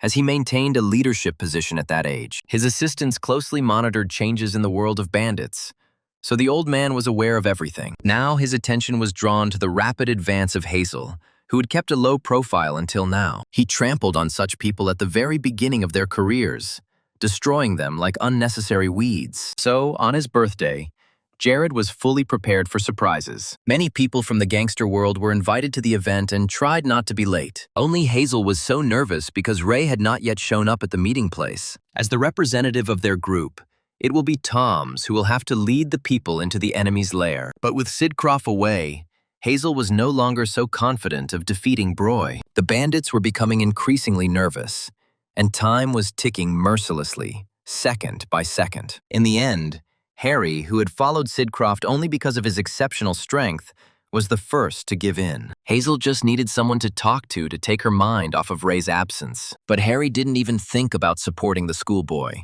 as he always looked only for his own benefit. Hills had a cunning plan, because he could give the Aloki potions to the bandit boss to appease him, so Tom still had to choose which side he would take in this difficult battle. Jared had built such a good defense around himself that he had assistance on every corner. For now, the hero watched from the sidelines attentively everything that was happening on enemy territory. He wasn't just lurking in the shadows for no reason.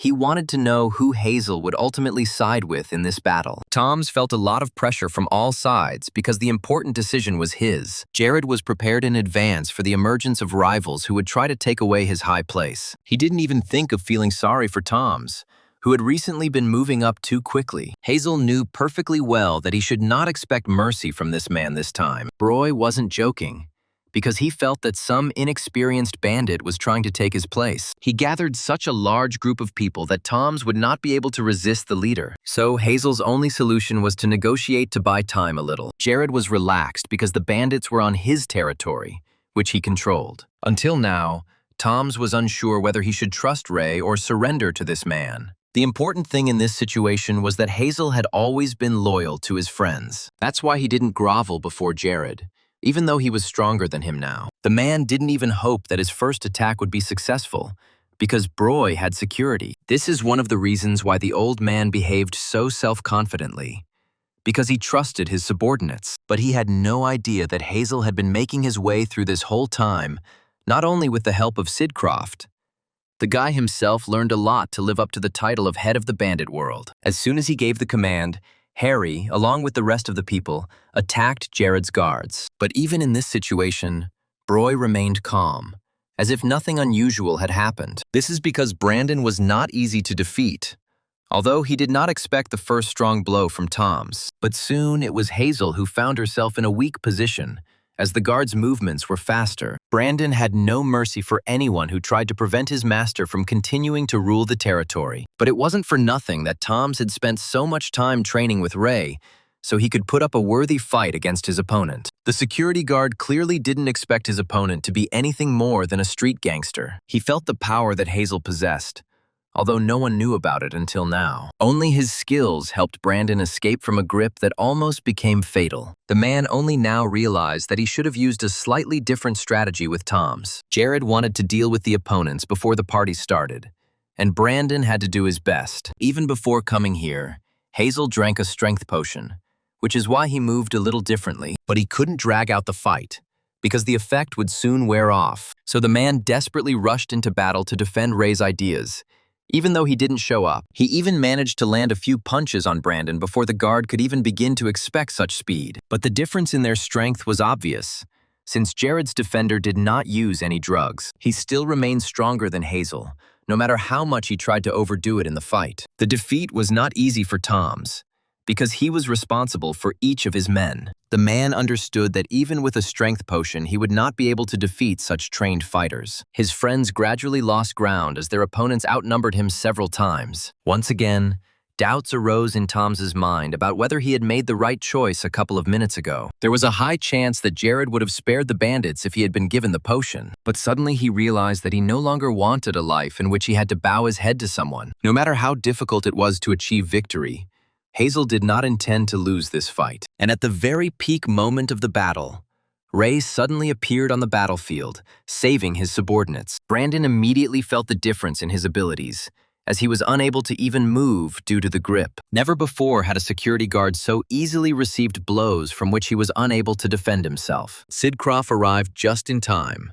as Tom's was close to drinking another strength potion. Only now did Hazel realize that Ray had appeared at a suspiciously opportune moment. It was as if the guy had been watching his actions from the very beginning, testing his partner's fidelity. Pride spread through the bandit's body, as he was able to make the right choice this time too. With Sidcroft's arrival, Jared's defeat was only a matter of time, as the guy was stronger. Seeing the impudence of his opponents, Broy finally lost his temper, wanting to kill every enemy. But the guards were afraid to attack the man who stopped the strongest of them with one blow. For Sidcroft's allies, this was a huge moral boost, as they were already braced for defeat. But the balance of power suddenly changed, and the guards felt uncomfortable at that moment. Although Harry had previously thought about betrayal, now he had no doubt that their young leader would win. With such powerful protection, the bandits were no longer afraid to confront the most powerful man. Brandon tried until the very end to avoid a fight with a schoolboy whom he did not take seriously. The man was so confident of his victory that he put almost no effort into his blows. But Sidcroft quickly proved that he was to be taken seriously during battle. The more the hero dodged the blows, the angrier the experienced and strong guard became. At that moment, Brandon had no idea that he didn't stand a chance against Ray's abilities. But Hazel knew very well about the master's strength, and he resisted the guard without a potion. All the people around tried not to interfere in the fights, since they could not help in any way, while Jared's guards gradually gave up their positions under the powerful onslaught of the bandits. Sidcroft continued to dodge all the blows as if it cost him nothing at all. But if Brandon loses, then at best, Broy will simply fire him from work. The man's attacks became more and more desperate and vicious. But even this did not help him get closer to victory. Finally, the guard used his most powerful attack.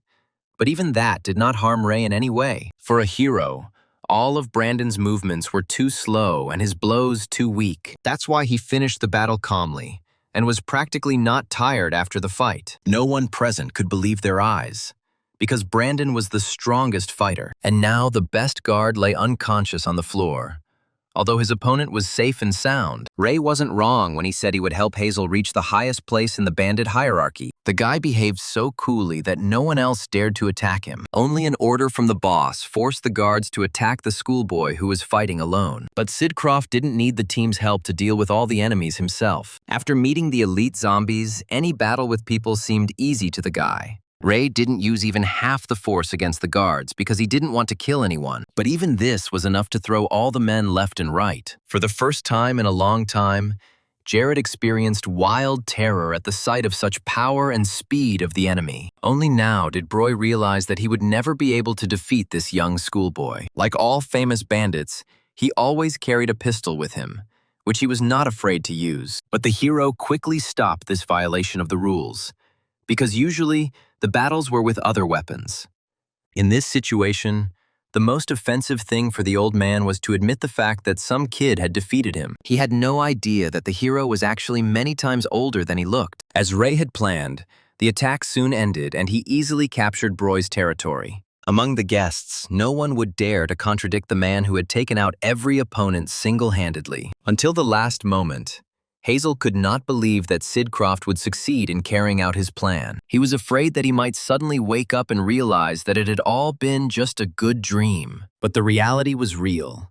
And now the leadership of the Broya territories was assigned to Tom's. Now Hazel no longer had the obstacles of the old men who had held their positions for so long. The man accepted the new role with pride, as he had initially been preparing for something greater. From now on, he trusted Ray completely, and was no longer going to question his strange decisions. An ordinary schoolboy promised to elevate a bandit, and in a short time he kept his word. This is how the hero acquired not only a faithful assistant, but also a good friend. Their operation did not end there, as there were still many questions related to Roger's business. Nucci's assistants were desperately trying to meet the deadlines set for them by the master. They always did everything on time, but now they had some unforeseen circumstances. The head of the workers tried to resolve the situation peacefully, but did not yet know that bandits had come to him. They were sent by Hazel at Ray's request, and these guys were so brazen that they would definitely attract attention. So Roger soon learned that one of his businesses was in big trouble. Employees quickly discovered a construction downtime due to third-party interference.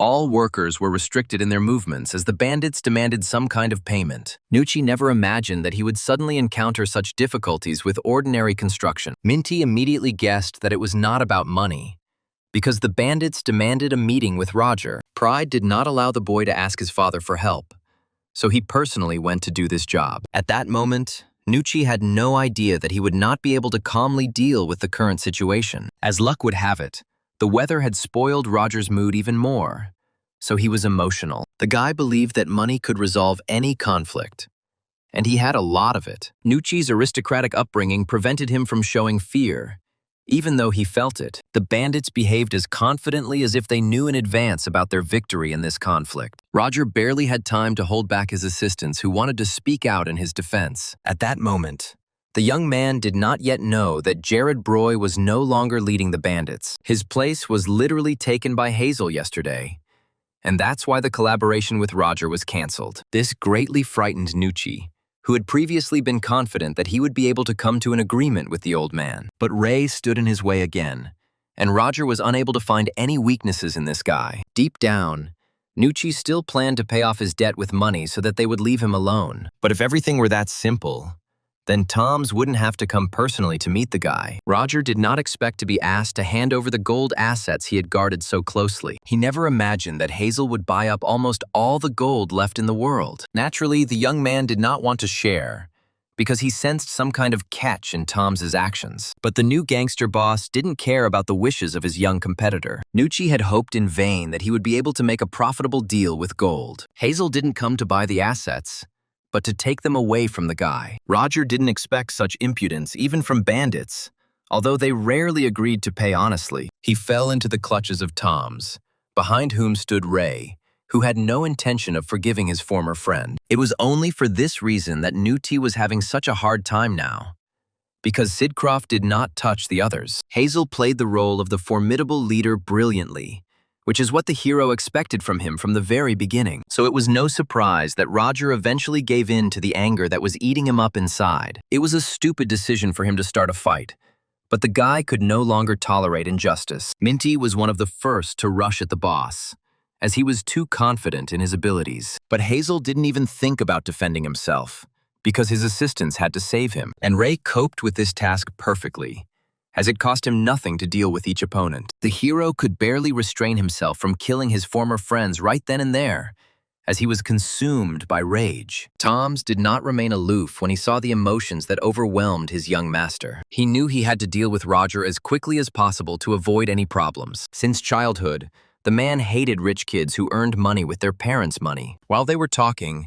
Minty again tried to attack his unpleasant opponent. The guy was confident that such an unexpected move would definitely help him gain an advantage in the fight. But Sidcroft was prepared for any moves by his enemies, as he knew their fighting style well. So the hero once again emerged from this fight unharmed, even though Minty was strong. But he couldn't compare to Ray, who had survived rebirth and even retained some of his former powers. The result of their fierce struggle was the defeat of Minty, because no one could cope with Sidcroft. This came as a huge shock to Roger, who believed in his strongest friend. And now it turned out that the guy was left without support, although there were still many enemies. Minty looked like he needed immediate medical attention and was unable to fight. Ray could barely contain his glee, because this was exactly the state these people had driven him into in the past. Sidcroft guessed that in Roger's mind there was a desire to escape, because that was what he did best. Nucci had no idea how this schoolboy knew so much useful information about him. He was willing to cooperate, but on the condition that Hazel handed Ray over to his control. The guy was going crazy from the realization that Sidcroft had so quickly become a very dangerous person for him. But he didn't take into account the fact that it was Ray who was the main one among all the bandits in this city. So Roger had no pleasure in store for him, as it was now his turn to receive a beating. A few hours later, the bandits left the crime scene, having finished their business. The hero felt a little better after he had taken some revenge on Nucci for betraying him. He mercilessly left the beaten boy in the rain, because he knew that he would find help. But even this was not enough for Ray, whose heart was burned with resentment and hatred because of death. He gradually built up his strength with the help of bandits, and had no intention of stopping there. None of the ordinary people knew that a simple schoolboy had practically taken over the city. Sidcroft acted so quickly only because the apocalypse was about to begin, and then his faithful assistants will come to his aid, because the guy raised them well. Although Ray had invested so much in the bandits, he didn't expect them to get used to him so quickly. From now on, Hazel wanted Sidcroft to personally manage all the gang's finances. But the boy knew that money would soon become useless, so he valued only gold. He managed to upgrade his inventory a little more, but it was still too little for the apocalypse. Now the storage facility was the size of a large suitcase, but it could reach gigantic proportions. This is exactly what the hero was striving for, trying to complete all his work before the apocalypse began. According to his calculations, he should soon reach the required strength to deal with the zombies. The young man had time alone to think, so he asked to be dropped off. Ray still hadn't explained anything to Hazel, but he didn't ask the gentleman any more questions. The man was used to the guy occasionally behaving strangely, so he nodded silently. It so happened that Sidcroft came out exactly in the place where Eloka was located. The assistant didn't tell anyone that she was going to meet with the professor to complete some business. Cindy's heart was pounding with excitement, but she wanted to take her research with her. That's why the girl secretly met with Rosberg in the hope that he would let her go quietly. The hero immediately suspected something was wrong, since he did not trust this greedy and selfish man. Meanwhile, in the hospital, a new plan was being hatched against the powerful Sid Croft. Roger took the defeat hard. Although he should have made a full physical recovery soon, his friends had just arrived in the room to discuss the next course of action. Minty had experienced firsthand how strong the schoolboy was, so he was in no hurry to fight him. None of the friends really knew what was the right thing to do in such a difficult situation. Roger had to make his own decisions since he was the main one among them. So the allies silently waited to see what Nucci would come up with to save them this time too. The guy decided to just pretend to give in to raise pressure. But these were temporary measures. At the first opportunity, Roger will do everything to destroy the annoying schoolboy. Meanwhile, Eloka was desperately trying to get away from Quadjo so she could work for Ray in peace. But the assistant had no idea that the professor would turn out to be much more cunning and devious. In her eyes, she could always rely on this man who was higher in rank and wiser. But Rosberg wasn't going to let go of the girl whose research he wanted to appropriate so easily. Cinti attracted him not only with her intelligence, but also with her beauty. So the man wanted to keep her close. Their conversation could not end peacefully from the very beginning since Quadjo was serious. What offended Elok most was that the man brazenly used her research for his own purposes. She couldn't even imagine that she would ever encounter such an impudent man in her life. Rosberg was a famous professor, so it was in his power to accuse Eloku of some mistake. As soon as Quadjo mentioned this, Cinti's angelic patience instantly burst at the seams. Then the professor couldn't contain himself because some girl publicly humiliated him. Ray made it just in time to prevent his assistant from suffering at the hands of the unpleasant man. Eloka didn't expect that even in such a situation, Sid Croft would suddenly come to her aid. At that moment, Quadjo had no idea that he would not be able to defeat this arrogant schoolboy. With Ray's arrival, Rosberg only had more motive to put pressure on his young assistant. The hero was always angered by people who used others to achieve their own goals. Because of the age difference, the professor felt he had won, and therefore demanded money for Cinti. The amount he named was not always available to adults, let alone children. People around treated this situation with sympathy, since the man put forward difficult conditions. The assistant still felt a sharp resentment, because Ray had to buy out her research. Quadjo was sure that after his words, Sid Croft would silently turn around and walk away in disgrace. But just a few minutes ago, Hazel gave the hero access to money, and the bandits had a lot of it. People in the cafe were waiting with interest for the outcome of this strange story that had caught their eye. Never in his life would Rosberg have thought that he would actually receive such a huge transfer on his card. From that moment on, his fear of Ray only intensified. Even though the boy was an ordinary schoolboy, none of the witnesses had ever parted with money so easily, so they were surprised. Since all the conditions were met, Sid Croft demanded a legal apology for Eloki. The professor's pride was deeply hurt, as he had lost such an incredible argument. But there were too many eyes around, so Quadjo had no other way out of the unpleasant situation. Cinti felt a huge sense of relief when her research data came back to her. At this point, they ended their showdown with Rosberg, as he fully admitted his defeat. But when they left the restaurant, the girl continued to be angry at Quadjo. But Ray didn't even think about giving in the money, since Hazel was already aware of the situation. Since the bandits will be dealing with the professor, the friends have time to relax together. They had never gone for a walk together before, and Sid Croft decided to make up for lost time. Who would have thought that in the very first store he would run into Mealy and her friend Rhea? The girls watched in surprise as their classmate walked with some beautiful lady. Ray was not shy about choosing expensive suits for himself, which Cinti wholeheartedly recommended to him. But Neely and Rhea didn't believe that their friend had money for all these clothes. Meanwhile, Quadjo was thinking about a plan for revenge, as he could not calm down after such a disgrace. Hazel found him just in time, as the professor had not yet managed to do anything bad. Now it was up to Tom's to return the money, and he was happy to fulfill such duties. As soon as the friends finished with the clothing store, Eloku became interested in cosmetics. The guy paid little attention to makeup, but all the girls took good care of themselves. By this time, Hazel had just finished with Quadjo and was no longer going to get involved with the bandits. Eloki's soul was finally free, because she didn't have to worry about lost finances. But Ray's adventures didn't end there, as his classmates decided to approach him. Sid Croft had no desire to interact with the girls who constantly bullied him at school, but Millie had already decided that she would attract this guy's attention, so she tried to be nice to him. The girl had no idea that the hero knew about her nature, which is why he tried to completely ignore her. Rose was used to being respected by guys, so this alienation was hard for her. Until the very end, she believed that Ray was simply avoiding his feelings. But in fact, he was in love with her.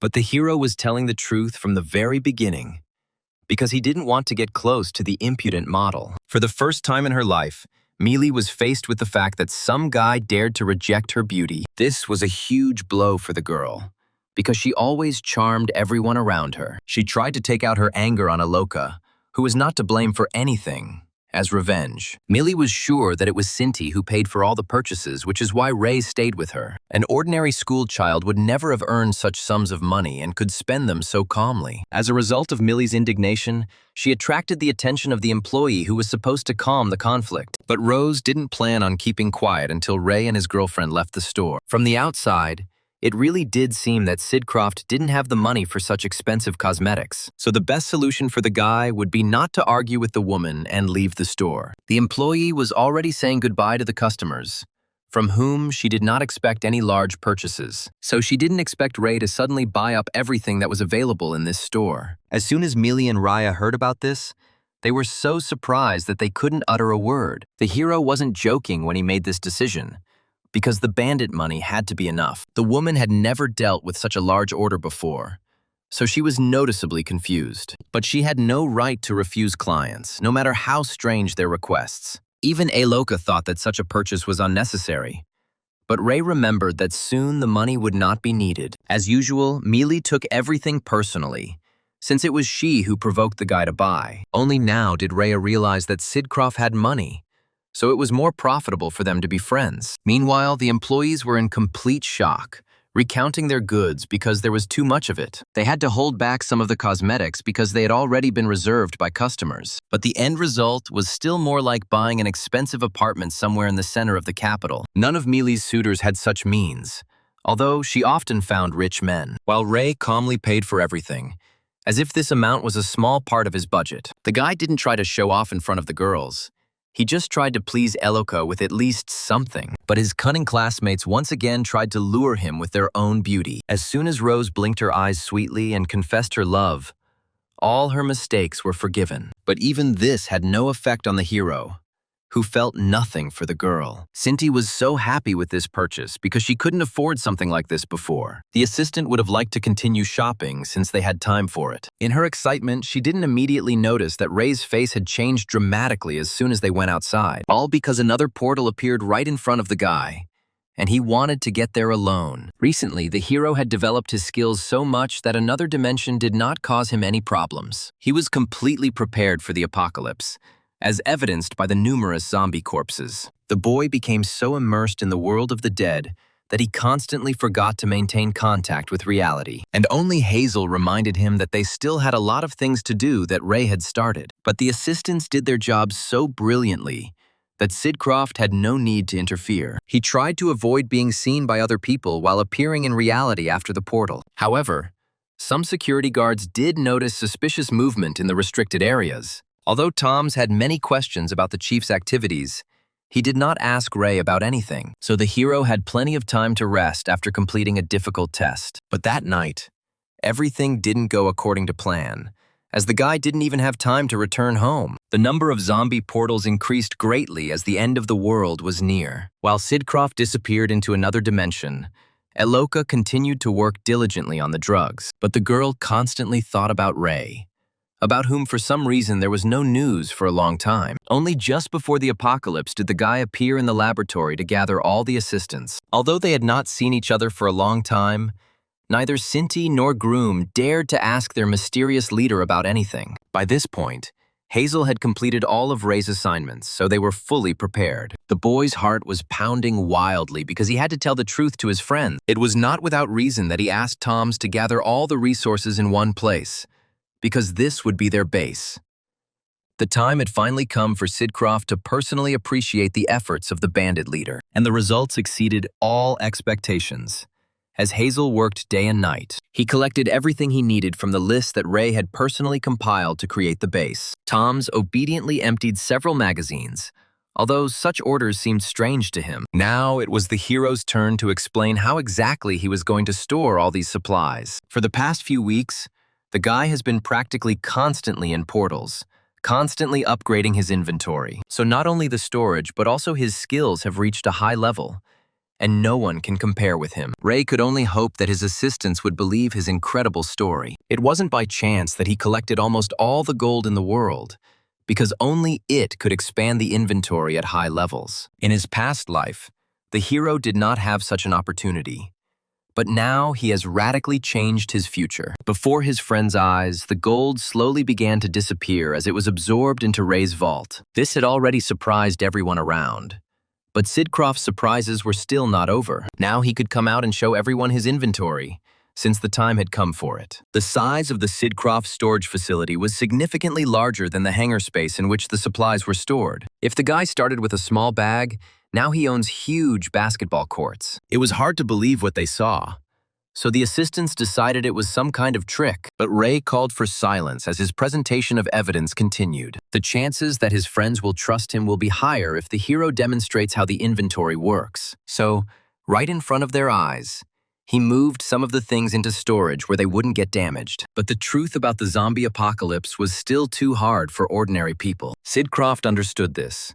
So he tried not to put pressure on his assistants, but to calmly explain everything to them. He had prepared gold in advance for their inventories, which would appear tonight. Hazel reacted more calmly to the news of the apocalypse than anyone else, although he was not prepared for it either. But Ron refused to believe until the very end that his future would change very soon. Sidcroft didn't have time to prove that he hadn't lied to his friends about how everything would change, so the guy could only hope that Tom's would stay on his side this time too. Despite the apocalypse happening tonight, Hazel did not abandon his duties. Ray could never understand what was going on in the head of the bandit he had elevated so high above the others. Finally, Tom's admitted that he trusted the chief and would therefore be ready that night. As soon as the assistants left, Ray was left alone with Aloka again.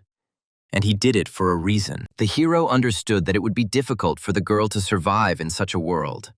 So he wanted to prepare her. It turned out that Cinti was angry at her friend only because he didn't show her the inventory right away. As a scientist, she hated to miss out on such interesting things, even if it was not the time. Part of Ray was still worried that Elika might hide from him somewhere alone. But Sidcroft showed his assistant so many amazing things that she didn't even think of running away. The guy gave his girlfriend a few hours to fully prepare for the battle. And exactly at midnight, the whole world changed, as portals really did start appearing everywhere. Many people became victims in the first few minutes, since the hero could not save everyone. Therefore, he protected only those closest to him, although he understood the chaos that would plunge the entire world into. If people failed to pass the test in the portal, they became dead. The most terrible thing was that if they failed, some of the zombies would leave their dimension and enter the real world. Eloko was one of the first to receive the sad news that Ray's words were true. Only Sidcroft was fully prepared for the fact that the rules of life throughout the world would now change. Now the assistant also had a storage facility,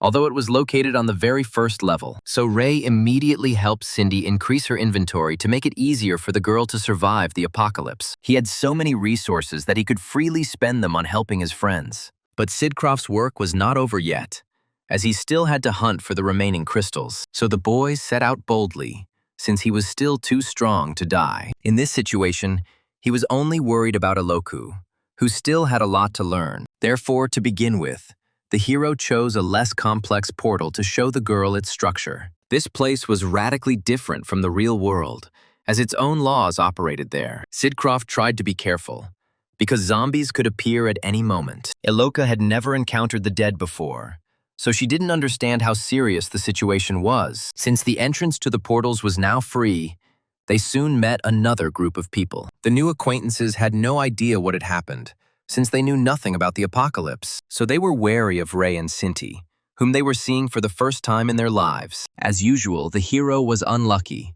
and even this time he accidentally ran into his friends. They were high school bullies who had constantly bullied a classmate in the past. The first to introduce themselves were Tyler Chaucer and Kana Lately, who were the coach and the sports student. Then Russell and Thomas gave their names, and the last one to give his name was the driver, Bronze. That's how Ray realized that he would have to be responsible for these people too, if they turned out to be good. While they were talking, the zombies gradually approached the only group of people in the portal. Sidcroft was the first to notice their approach, as his intuition had recently become well developed. These undead were weak pawns in the zombie hierarchy, but they still posed a threat. Many people were not prepared to fight them, so they could die quickly soon. Mr. Bronze didn't even have time to react to the attack, which happened so quickly. It was only thanks to Tyler's help that he survived, as the coach died fighting well. As a result, the dead man flew back several meters, since Chowser had plenty of strength. The coach had not yet realized that he had not killed the man at all, since he was already dead. However, all these blows were not enough to finally deal with the zombies. No matter how many times their bones were broken, they continued to move as long as their heads were intact. So, in this fight, the advantages were on the side of the dead man, because Tyler did not know his weaknesses. Although the hero planned to keep a low profile, he still came to the aid of his new acquaintance this time. The guy made it clear that only weapons and headshots could kill zombies. The dead man really did not move anymore after his mind stopped functioning. Sidcroft had no fear of the dead, having fought them for several years. But the rest gave in to panic, as they could not find any weapons to fight. Tyler felt weak without the advantage of a knife, as Sidcroft had. Mr. Bronze was sure that somewhere on the bus there must be tools to fix it. Now he only trusted Ray, since the hero was in a better position because of the weapon. Chaucer was eager to change the status quo and take charge. Russell had no intention of joining Sidcroft, so he decided to help the strong coach out a little. While the hero was talking to Mr. Bronze, his classmate was gaining Tyler's trust. As a result, Chaucer only became more hostile to Ray, who was threatening his authority. The coach was always used to being in charge, so he tried to make decisions before everyone else. Although Russell sided with Tyler, Thomas remained dissatisfied with the state of their affairs. The guy still hadn't fully decided who he should trust his life to now. Circumstances were such that, in addition to repairs, the bus also needed gasoline. The hooligans immediately announced that they would remain near the bus to try to fix it. In that case, Ray and Elok had to go to the gas station, even though they didn't agree to it. Kana volunteered to go with the guys, since she knew the way to the gas station well. This division pleased the coach, who just wanted to hide in the bus. No one knew that the hero was not actually afraid to walk several kilometers in the zombie world. Leatley tried to act friendly so as not to be suspected of only helping the coach, but Ray didn't care about the misunderstandings between people, since he was only interested in zombies. The guy was the first to hear the approach of the dead, who were just very hungry. The zombies quickly surrounded the three people who were trying to get through their territory to get to the gasoline. Although Kana went with Ray and Eloka, she didn't expect to be given a weapon right away. Sidcroft now had to fight a horde of zombies, so he provided the girls with protection. The hero had plenty of knives in his inventory, so he didn't have to worry about losses. He knew the weak points of the dead well, so he reminded the two girls of them. Ray was the first to demonstrate how to attack zombies without them biting. To Sidcroft, all the enemy's movements were simple, but Eloka and Kana could hardly follow them. The guy sometimes forgot that the difference in skills between him and other people was great. So what was a simple task for him seemed like something incredible to the girls. They still had to get used to the fact that killing zombies was not the same as killing people. Although Kana and Eloka were ready to fight for their lives, stabbing someone with a knife was not easy. The hero used this zombie attack as training so that the girl would be easier in battle later. Cinti was the first to confidently repel the attack of the dead, but her strength was not enough. So, in just a moment, the girl found herself in serious danger because she could not win. Never in her life had Alok been so scared, because she could not protect herself from the monsters. Sidcroft was in no hurry to save his assistant, as she had to learn to fight on her own. In a critical situation, the girl's brain began to function more actively, and she remembered the zombie's weaknesses. Although Cinti was in a difficult situation, she was able to find a way out of it. As a result, this dead man lost, although he had every chance to bite the weak girl. If Eloka had moved even a little slower, she would never have achieved the desired result. Although with great difficulty, the assistant achieved her first victory, just as Ray had taught her. But this battle took so much strength from her that Cinti was not ready to fight further. But it turned out that the girl's help was no longer needed, since Sidcroft had sorted everything out. The guy moved so fast that not a single zombie had time to even get close to him. Ray's years of training had paid off, as his skills now allowed him to win in every situation. The hardest thing for Kane was to believe that this schoolboy had dealt with all the enemies so quickly. In the eyes of the girls, the hero looked like a real god of war, since no one could defeat him. If it weren't for years of training on the battlefield, Ray wouldn't have been able to achieve such results. But the young man still did not relax, since he needed to provide protection for the girls. Aloka quickly realized that in the past, a person's position was determined by their strength. But she didn't expect that Ray was the strongest, which is why he continued to develop easily even now. The hero knew from the very beginning that there was no safe place anywhere within this dimension. So the coach was very wrong when he thought that the zombies wouldn't get him near the bus.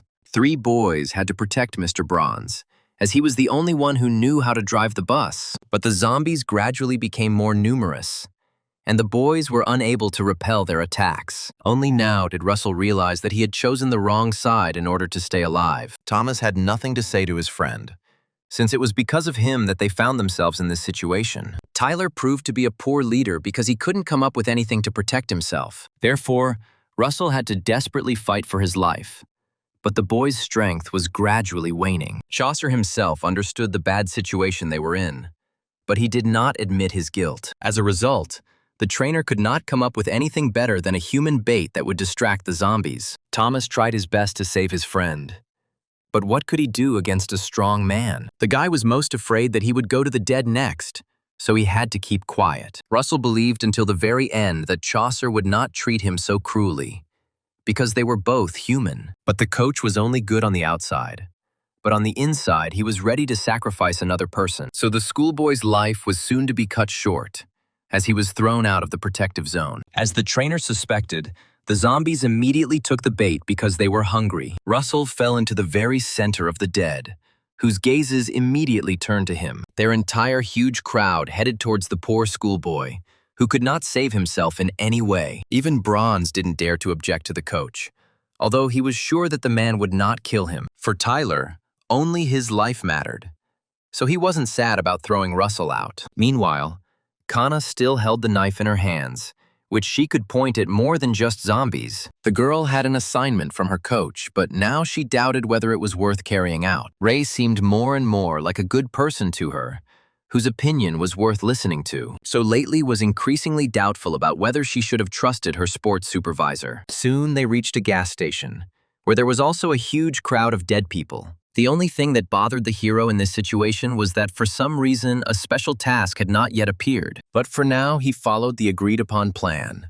since they still had to leave by bus. Mr. Bronze had just managed to fix the car, so all that was left was to wait for gas. This news made Chaucer very happy, although he couldn't imagine how the second group would get through the zombies. Thomas watched with alarm as the monsters gradually made their way back to the bus. Russell inevitably became one of the dead because he couldn't run away from them for too long. With horror, his friend realized that it was now his turn to distract the dead from the bus. He would have preferred to throw the old man out, since he had far less chance of survival anyway. But Mr. Bronze was the only one who knew how to drive a bus, so Tyler needed him. That's why Thomas had to be the victim, because Chaucer was too cruel. The man didn't care what some young man thought about him because he couldn't be of any use to him. Tyler wasn't afraid of being known as a killer, since no one would be able to prove anything anyway. As a result, the schoolboy had no choice but to run away from the crowd of zombies. Tyler and Bronze watched in silence as the boy they had sent to his death. At some point, the old man began to doubt whether they had done the right thing with the schoolboy. But the coach was not going to admit his guilt, because it was easier to blame other people. They both knew that Thomas wouldn't last very long, so other measures would have to be taken. Neither Tyler nor Mr. Bronze even tried to save the student, so as not to die themselves. Soon the moment came when the young man was completely exhausted and could no longer help himself. The hungry zombies almost caught up with the guy who looked so tasty and alive. Only a miracle could have saved Thomas from death. And that is exactly what happened to him at this dangerous moment. It so happened that the hero and the girls had just returned to the bus, and so he helped the guy. Thomas immediately latched onto this ray of hope in the form of Ray, whom he had previously bullied. His best friend became a zombie, and just a little bit more and the schoolboy would have joined this crowd. Inside Thomas, everything burned with incredible anger towards Tyler, who was ready to kill all people for himself. But Chaucer didn't feel guilty, and even lied that the boys themselves decided to sacrifice themselves. These words were so far from the truth that Thomas almost attacked the coach in response. At first, Kana didn't even believe that her teacher could really act so cruelly. But she didn't know half of Tyler's true character, that he was a cruel and terrible person. Sidcroft had suspected from the start that the coach was not to be trusted, as he looked like a coward. For Leetley, the coach's behavior made it clear that she could no longer rely on his opinion. The man was only concerned with his own salvation, so he didn't pay attention to the deaths of people. Tyler originally sent Kana to retrieve the weapon Ray possessed, and she has now achieved that goal. If Sidcroft guessed about this, then Iloka did not even suspect that the trainer had such a plan. Kana always and in everything obeyed Tyler, who made a good athlete out of her. But after Ray's heroism, which she saw with her own eyes, the girl no longer trusted Chaucer. The man clearly did not expect that his faithful student would betray him and notice his weak character in time. Lately tried to appeal to the coach's conscience that he had done a lot of bad things during her absence. But Tyler only promised to destroy anyone who stood in the way of his salvation. Once Chaucer showed such a thirst for murder, Ray was given the task of eliminating him. Now a terrible aura emanated from Sidcroft, and Tyler and Mr. Bronze could not ignore it. Even though the guy was surrounded by zombies, he looked like he didn't care one bit. As soon as the dead attacked the hero, he immediately responded to all their attacks with redoubled force. Even Tyler's trained muscles weren't ready to replicate such an amazing result. In a few minutes, Ray dealt with the entire crowd of zombies that had surrounded the bus for a long time. Sidcroft himself wanted to carry out the task of eliminating the coach, because he had done a lot of bad things. Cowards always have a good premonition of their death, so the man's whole body shook in fear. At the last moment, he managed to shield himself with an old man who could not be killed. Tyler hoped that this would stop Ray, but the hero did not even think about worrying about the mister's small wound. Bronze believed until the very end that the coach would not touch him, but it turned out that Tyler was much more selfish. As a result, they both suffered injuries, although Sidcroft was only targeting the insolent trainer. Chaucer made a grave mistake when he thought that the old man's body would protect him from the wrath of a young schoolboy. Ray always hated traitors, and now the portal allowed him to deal with one of them. So the guy felt no pity for a man who would kill any number of people for himself. In the last seconds of his life, the coach resorted to pleading, just to be left alone. But Ray knew perfectly well that Tyler would hit him at the first opportunity, as soon as he turned his back to him. Even now, the man was trying his best to escape, to hide behind the bodies of his former comrades. But the hero did not allow the coach to offend the people who were now under his powerful protection. No matter how much Chaucer continued to beg for mercy, no one believed his words anymore. After his rebirth, the hero swore to himself that he would destroy all traitors without regret. Although the spectacle was sad, everyone around supported Sidcroft's decision. Sometimes it was better to sacrifice one bad person to save many good ones. That's why Ray personally dealt with Tyler, so that he couldn't hurt anyone else. Immediately after this, the guy barely managed to save Kana, who did not notice the approaching dead. All the survivors had to refuel the bus as quickly as possible in order to leave the dimension. Mr. Bronze was terrified of what would happen if the bus still didn't start after the repairs. The old man did all he could, and his knowledge of cars would not have been enough for another repair. It was impossible to even think about trying to escape from the huge crowd of zombies that was gradually gathering. But the people were lucky, because the bus finally deigned to start and slowly set off. It was a huge victory, because now they could all finally return to reality. The old man made sure once again that everyone was there before heading off down the road. Bronze didn't know the exact route, but any movement was better than staying in place. But they were driving so slowly that the zombies would soon catch up with the bus. But Bronze couldn't push it any further because the engine was badly damaged. What Kana feared most was that all their efforts would be in vain, and the zombies would get to them. Thomas was still tormented by guilt over his dead friend, and he did not want to follow him into the hands of the zombies. Only Ray came up with a brilliant solution, because they could use Tyler's body as bait. The former hooligan did not hesitate for long about this decision, as the coach had caused him a lot of pain, and so his body could serve for good, since the man would hold back the dead for some time. As a result, It worked so well that the zombies didn't even notice the difference between a living person and a corpse. That's how the entire bus got rid of their pursuers in order to find the portal as quickly and easily as possible. Sidcroft did not expect any thanks for the help he gave to all the survivors, but Eloka still expressed all her thoughts to the guy, asking him for forgiveness for her doubts. Only today did it become clear to her that people could be terrible creatures by nature. The hero was glad that his assistant had drawn such an important conclusion for herself from one trip, but he would like the girl not to trust even those close to her, because in the apocalypse, everyone is for himself. But they were distracted from this conversation by Mr. Bronze, who noticed something unusual ahead. Only Sidcroft had seen portals before, so he was the only one who wasn't surprised when they reached him. The guy was ready to be the first to go inside to prove that only these gates could save them. He understood that no one would trust such strange things after what they saw. But only this portal could save people from becoming zombies at the end of time. When you enter the portal, you leave the dimension with zombies, and they no longer pursue you. Inside the space, there were rewards for every person who initially entered the dimension, so the survivors had to divide among themselves the resources that were intended for the dead. In the past, people often killed each other in order to take more profit for themselves. But now this did not affect the rest, since Ray was only glad if they survived. Only Thomas doubted that Sidcroft could be trusted, as he feared his revenge. But the old man and the schoolboy had no choice when Kana also entered the portal after Ray. The girl was confident that she was safe next to the guy who fought so brilliantly. Sidcroft was indeed pleased that Kana had listened to his advice and not become stubborn. After the girl's example, Thomas and Bronze nevertheless joined the others.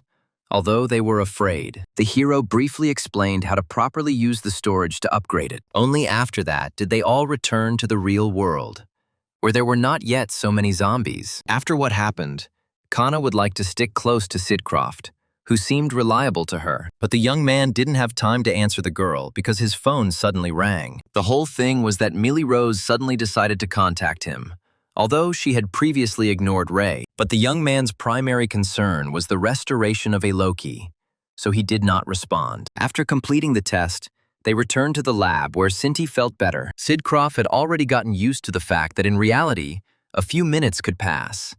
But in the portal, many days. Ray personally had no intention of stopping there, as he wanted to visit another portal. It was no surprise that the assistant was worried about her friend. But Sidcroft didn't need support. The hero did not notice that the girl would like to go with him, but was too tired for this matter. Elok herself was sad because she didn't have enough strength to help Ray to a greater extent. The hero was pleased that his assistant did not follow him, but decided to explore the potions further. He was afraid that Cinti might have become a victim of the test, because this time he had to attack a person. Until now, the young man had been receiving calls from Millie, but had not even thought of answering the girl. He was irritated by Rose's clinginess, who wanted to use the hero once again. The girl actually tried to reach out to Sidcroft just to get help. Together with Raya, they were terrified that zombies might accidentally overtake them soon. That's why Millie was so persistent, because Ray proved to her that he had a lot of resources. Even the fact that she hid in her dear house did not bring relief to the beauty. More and more people were losing in the portal, causing zombies to gradually appear in reality. Sidcroft was prepared for this apocalypse, so he was the only one who didn't panic. The guy entered into battle only when necessary, so as not to waste his energy unnecessarily. Although he dealt with the zombies quickly, he didn't want to accidentally get hurt in the battle. Meanwhile, the building the girls were in was suddenly put to the test. It took Millie and Rhea a moment to notice that everything around them had changed, and they were no longer safe. Danger zones could be created anywhere, and each time it happened completely randomly. All the residents who had been transported to another dimension quickly gathered on the first floor. Millie felt uncomfortable being here in just her nightgown, but she didn't even have time to change. It was not surprising that men cast hungry glances at the girl, who was very beautiful. Her friend defended Rose with all her might, but it still wasn't enough for her. In such chaos, it was Mr. Samuel who stepped up, as he was accustomed to leadership roles. In this house, many people knew this man, who often came to the aid of all the residents. So many quickly agreed to give Samuel the final say, just to avoid having to make decisions. Only 2 friends were unsure whether this man could be trusted with their lives. It took the residents a moment to notice that there was another person among them. someone they had not seen before. The whole point was that the hero entered the building exactly at the moment when the test began. Although Millie recognized the guy, she did not show her relief, because he did not answer her calls.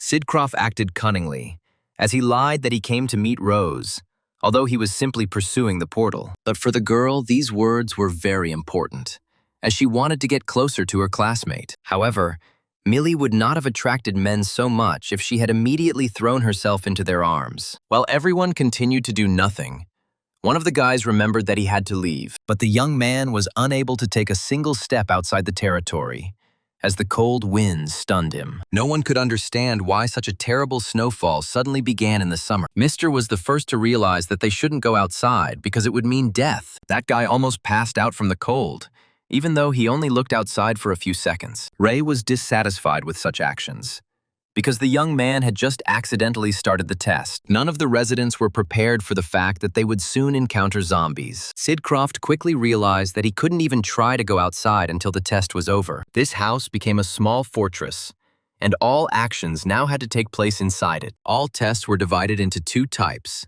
one of which was designed to explore the territory, and the second one forced people to defend the place where they appeared from huge crowds of zombies. Since this time the test was of the second type, the zombies in it should be somewhat simpler, but Ray was in no hurry to tell people about all this. That from the very beginning they treated him with hostility. In this situation, Sumuel calmly took the lead, as everyone else was afraid to speak. Many residents realized that most people had managed to evacuate, and they were luckier. Those who remained had to somehow survive without electricity and water. The biggest pressure on people was the realization of loneliness, since it was unlikely that anyone would be able to come to their aid. While the girls were worried about the severe cold, as they were dressed too lightly for it, Mr. saw that panic was gradually taking over the minds of people who were not accustomed to difficulties. He was the only one who wasn't afraid to act sternly, just to bring everyone to their senses. And the first thing Samuel did was ask the residents to bring any resources they could find from their apartment. In such a dark house, people were afraid to move between floors. But there was no other choice. Only the hero found himself in a losing situation, since he did not live in this place to begin with. Mr. didn't care much about the unfamiliar schoolboy who happened to be with them, but Ray refused to act together because without resources he was in a bad position. Their argument could have lasted even longer if the boys hadn't found several radios for communication. So the gentleman hurried to distribute this useful thing to everyone so that they could understand what was going on. One of the radios even went to Sidcroft, although he had not planned to communicate with anyone present. In fact, the Mister was only playing the role of a good leader, and the hero clearly sensed the trick in him. But the guy was in no hurry to share his observations with anyone, so as not to cause panic among people. Now, only Millie was sincerely worried about him, although her attitude towards Ray was also questionable. The girl could not understand why the young man refused to cooperate with the others. But Sidcroft merely changed the subject of the conversation, as he was not used to sharing his thoughts with anyone. Since Rose began to feel very cold,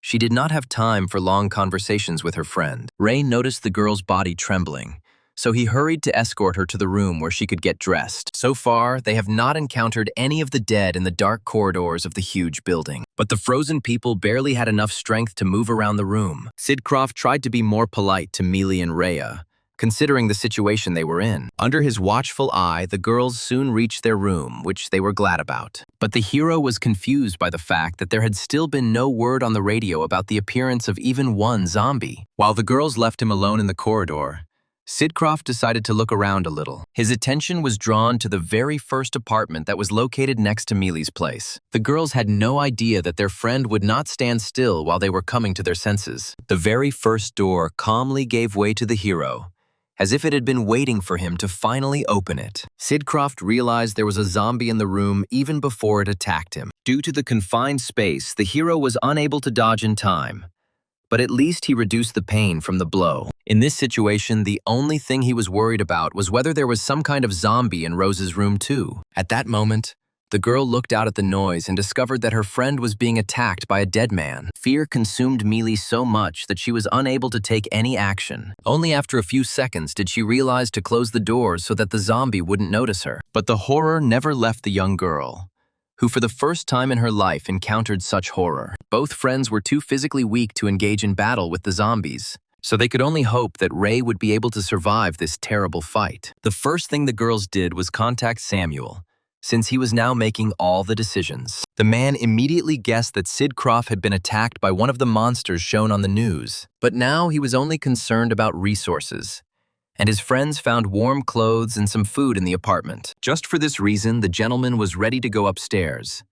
But for now, he asked the girls to get ready. Raya and Mealy calmed down a little from the knowledge that the leader would soon take them away. They waited in horror inside the apartment until the man finally knocked on the door. It turned out that Samuel hadn't encountered any obstacles on his way here, so he was fine. The trio decided that Sid Croft had died at the hands of a zombie, who was now wandering somewhere around the building. If only they had looked into the room from which the bloody trail extended, they would have learned the truth, because this blood did not belong to Ray, but to the very same dead man that the girls saw. The hero learned via radio that all the residents now considered him dead, and this was only to his advantage. The guy boldly opened one door after another, destroying all the zombies that he met along the way. According to the task, he needed to find some treasure, so he had to explore the entire house. Since all the people had gathered on the first floor, Ray began his search from the very last one. He didn't encounter zombies in every room, but Sid Croft still remained cautious. Meanwhile, the residents crowded cautiously at the very bottom,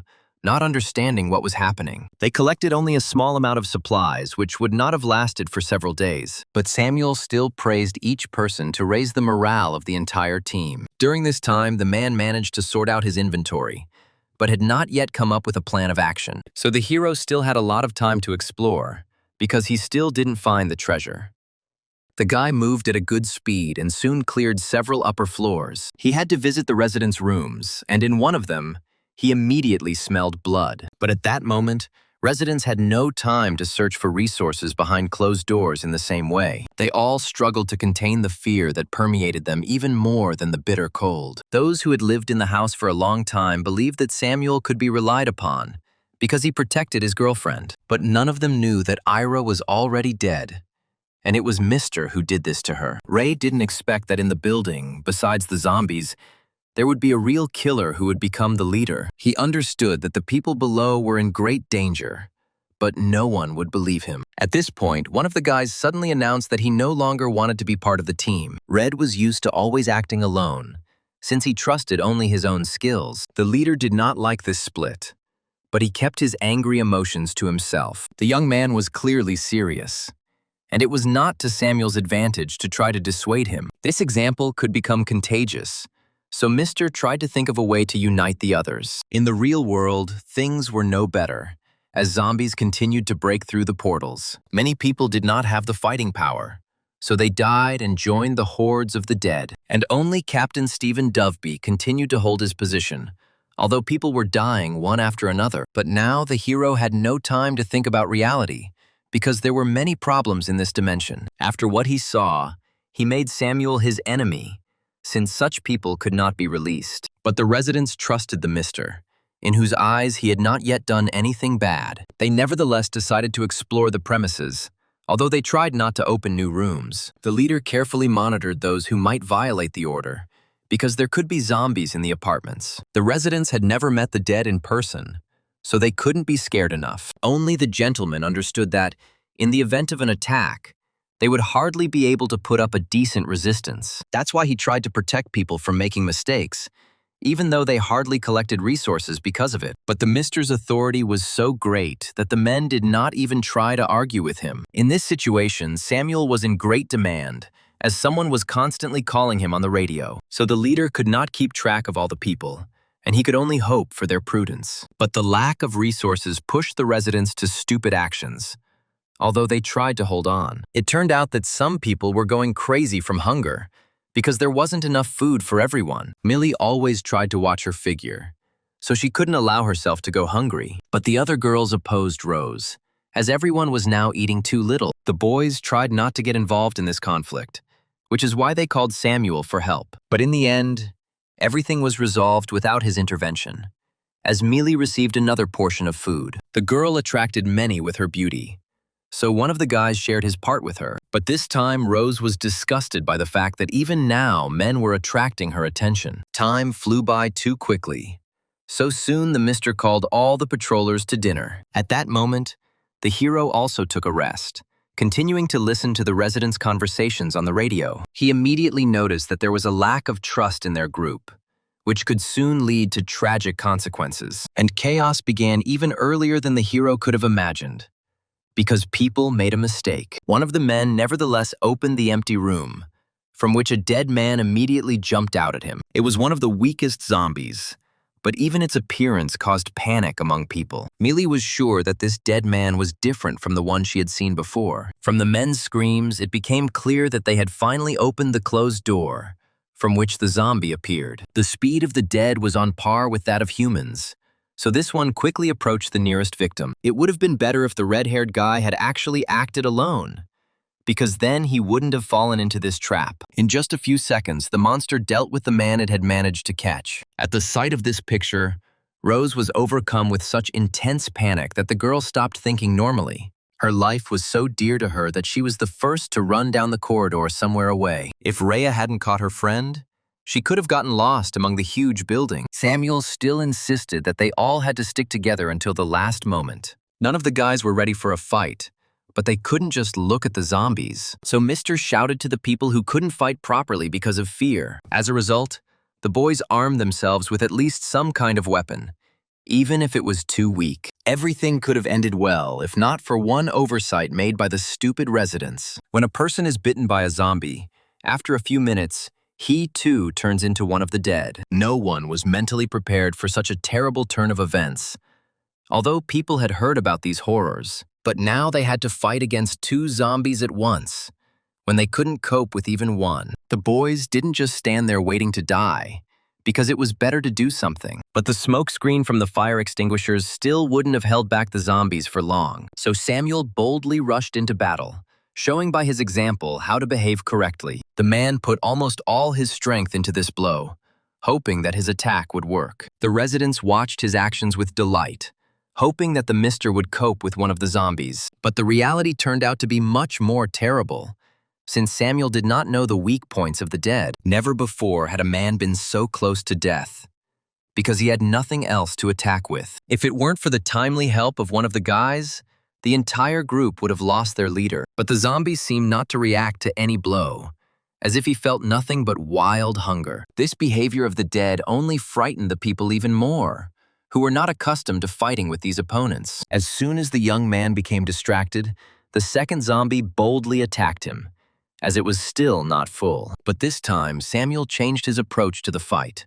So he accidentally hit the head. Only this could kill the dead man, since otherwise his mind would continue to function. With such difficulty, the man dealt with one zombie, but their former comrade was still nearby. The zombie's very appearance frightened people so much that they were not prepared to approach. Only Samuel again pushed his assistants into action to deal with the enemy. The guys desperately drove the zombie into the smoke, trying to disorient it in space. But all this was of little help against the zombies, who still felt nothing but hunger. As a result, people had to flee, because they could not stand up even against such an enemy. In this situation, the girls were at a disadvantage because they ran much slower. But the worst thing was that in a panic, the residents pushed each other, and this led to the fall of one girl. Her name was Layla, and she had never encountered such cruel and horrible behavior before. The girl hoped until the very end that someone would come back for her.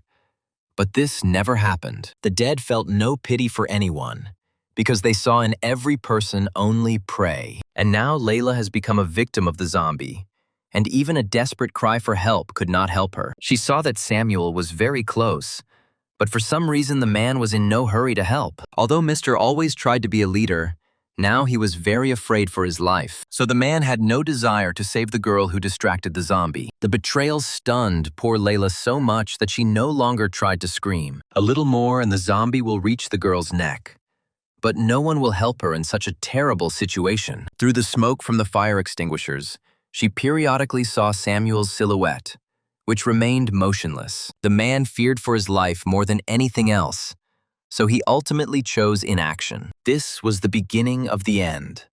Although no one yet knew that the leader had acted so cowardly. Mr. had abandoned people before, But in the apocalypse world, such behavior led to death. All the residents of this house were just means for the leader to achieve his goal of survival. He was ready to sacrifice everyone, just to finally get out of this terrible place. There was no longer peace among the people, as they all became angry with each other in the critical situation. The guys acted like real cowards, as they were not ready to save the girls from the evil dead. Without a leading leader, these people could have continued to quarrel among themselves for a long time without achieving anything. One of the guys refused to take the blame, although he did push Layla aside. Only Samuel's appearance at the door stopped the arguments, which would not have led to anything good. The man lied to everyone that he had dealt with the zombie, but he was unable to save Layla before she was bitten. But it was the hero who actually killed the zombies, without trying to sacrifice any of the people. He rushed through the floors at lightning speed, gradually descending lower and lower. But for some reason, Ray never managed to find the treasure that was written about in the task. From time to time, the guy took a break, as he too was exhausted by such runs. What he didn't know was that there was a room in this place with surveillance cameras on all floors. They perfectly displayed everything that was happening in the building, although the cameras themselves were not visible. So soon, all the residents who came into this room found out that the hero was alive. A large number of zombie corpses lay on the upper floors, which Ray managed to clear out well. Samuel immediately realized that Sidcroft had also entered his apartment, because all the doors were open. This meant that the student had learned about Ira's body, which the gentleman had carefully hidden. From now on, the man could not allow Ray to live any longer without anyone knowing this terrible truth. While the hero was calmly clearing the floors, Samuel had already prepared a cunning plan against him. The leader reminded everyone that the schoolboy was strong enough to have already dealt with so many zombies, while they barely defeated one, losing some of their comrades and resources. And now the Mister was inciting everyone to start a hunt for Ray in order to take away all his supplies. The villagers were not very keen on fighting against the man, especially since the leader had asked them to kill him. But Samuel was always a good liar, so he said that Sidcroft knew everything and did not come to the rescue. The man skillfully blamed Ray for all the losses of the residents, who were unable to cope on their own. Only Mealy did not succumb to this manipulation, since she knew well that Sidcroft was not like that. But Rhea suggested to her friend that now they should not confront all the remaining survivors. What could two weak girls do against guys who were overcome with intense rage? As long as such a skilled provocateur was around, people would never have been able to get to the bottom of the truth. Samuel enjoyed how quickly the villagers became enthusiastic about blaming Ray for everything. But the hero had no involvement in the events for which they tried to accuse him in absentia. But the Mister didn't care about the guy, as long as no one found out about his murder of Ira. The man tried to behave with restraint, because unnecessary emotions would have aggravated the panic of the others. First, the leader wanted to use the cameras to find Sidcroft and then drive him into a trap. The boys were completely prepared to fight a human, because the schoolboy didn't scare them like a zombie. And only the girls were asked to sort out the supplies in order to distribute them among the people once again. This loneliness played into the hands of Raya and Mealy, who just wanted to talk to each other secretly. Rose thought it was wrong that Samuel blamed Ray for all of their team's failures. They remembered that Sidcroft had a separate channel on his radio for talking. The girls felt obliged to warn the guy about the danger that was approaching him. Meanwhile, the young man slowly approached the first floor, as he had already cleared out all the others. But an ambush was already waiting for him behind the doors, and his friends did not have time to warn the hero about it. Ray was prepared to meet the zombie, but the axe that flew at him greatly surprised the young schoolboy. Of course, such a blow was not something difficult for Sidcroft, so he quickly dodged. But the guys outnumbered him several times over, and they weren't going to wait for Ray to hit back. However, even in such a bad situation for himself, the hero soon seized the initiative. So the assistants who had so much faith in Samuel's plan began to fly off the walls. No one could stand up to the guy who had survived not only reincarnation, but also battles with zombies. Before the men could even blink, none of them could fight properly anymore. In this situation, Ray was only interested in how the residents were able to track him down in the first place. Only one man remained unharmed so far, but he had no intention of fleeing. Although the outcome of the fight was predetermined, this man bravely took a strong blow from Ray. All this was just another trap, as another guy tried to attack the hero. But their movements were so slow that Ray easily parried all the blows. As a result, the residents suffered defeat once again, although they desperately tried not to give up. Sidcroft had no intention of leaving them alone until he knew the whole truth about the others' actions. But Samuel's manipulations worked so well on people that they were not ready for dialogue. Instead, the boys pounced on Sidcroft again as if he were their main enemy. But even after several years, their skills would not be enough to defeat young Ray. The guy didn't really want to waste time on such a showdown, but he still had no other choice. So all those who wanted to fly away from him so quickly, as if it was easier than easy for the young man. He saw every movement of his opponents down to the smallest detail, deep down regretting that they were not zombies. During the apocalypse, Sidcroft became accustomed to fighting both the dead and the insolent people. None of Mr.'s assistants could have imagined that the young schoolboy would be so strong. They overlooked the fact that the hero was stronger than the zombies that the boys were unable to deal with. Samuel watched from the sidelines as the battle, which looked more like a massacre, took place. Any hope he had that the assistants would deal with Ray due to their numbers was quickly dashed. So far, the man had no other plan.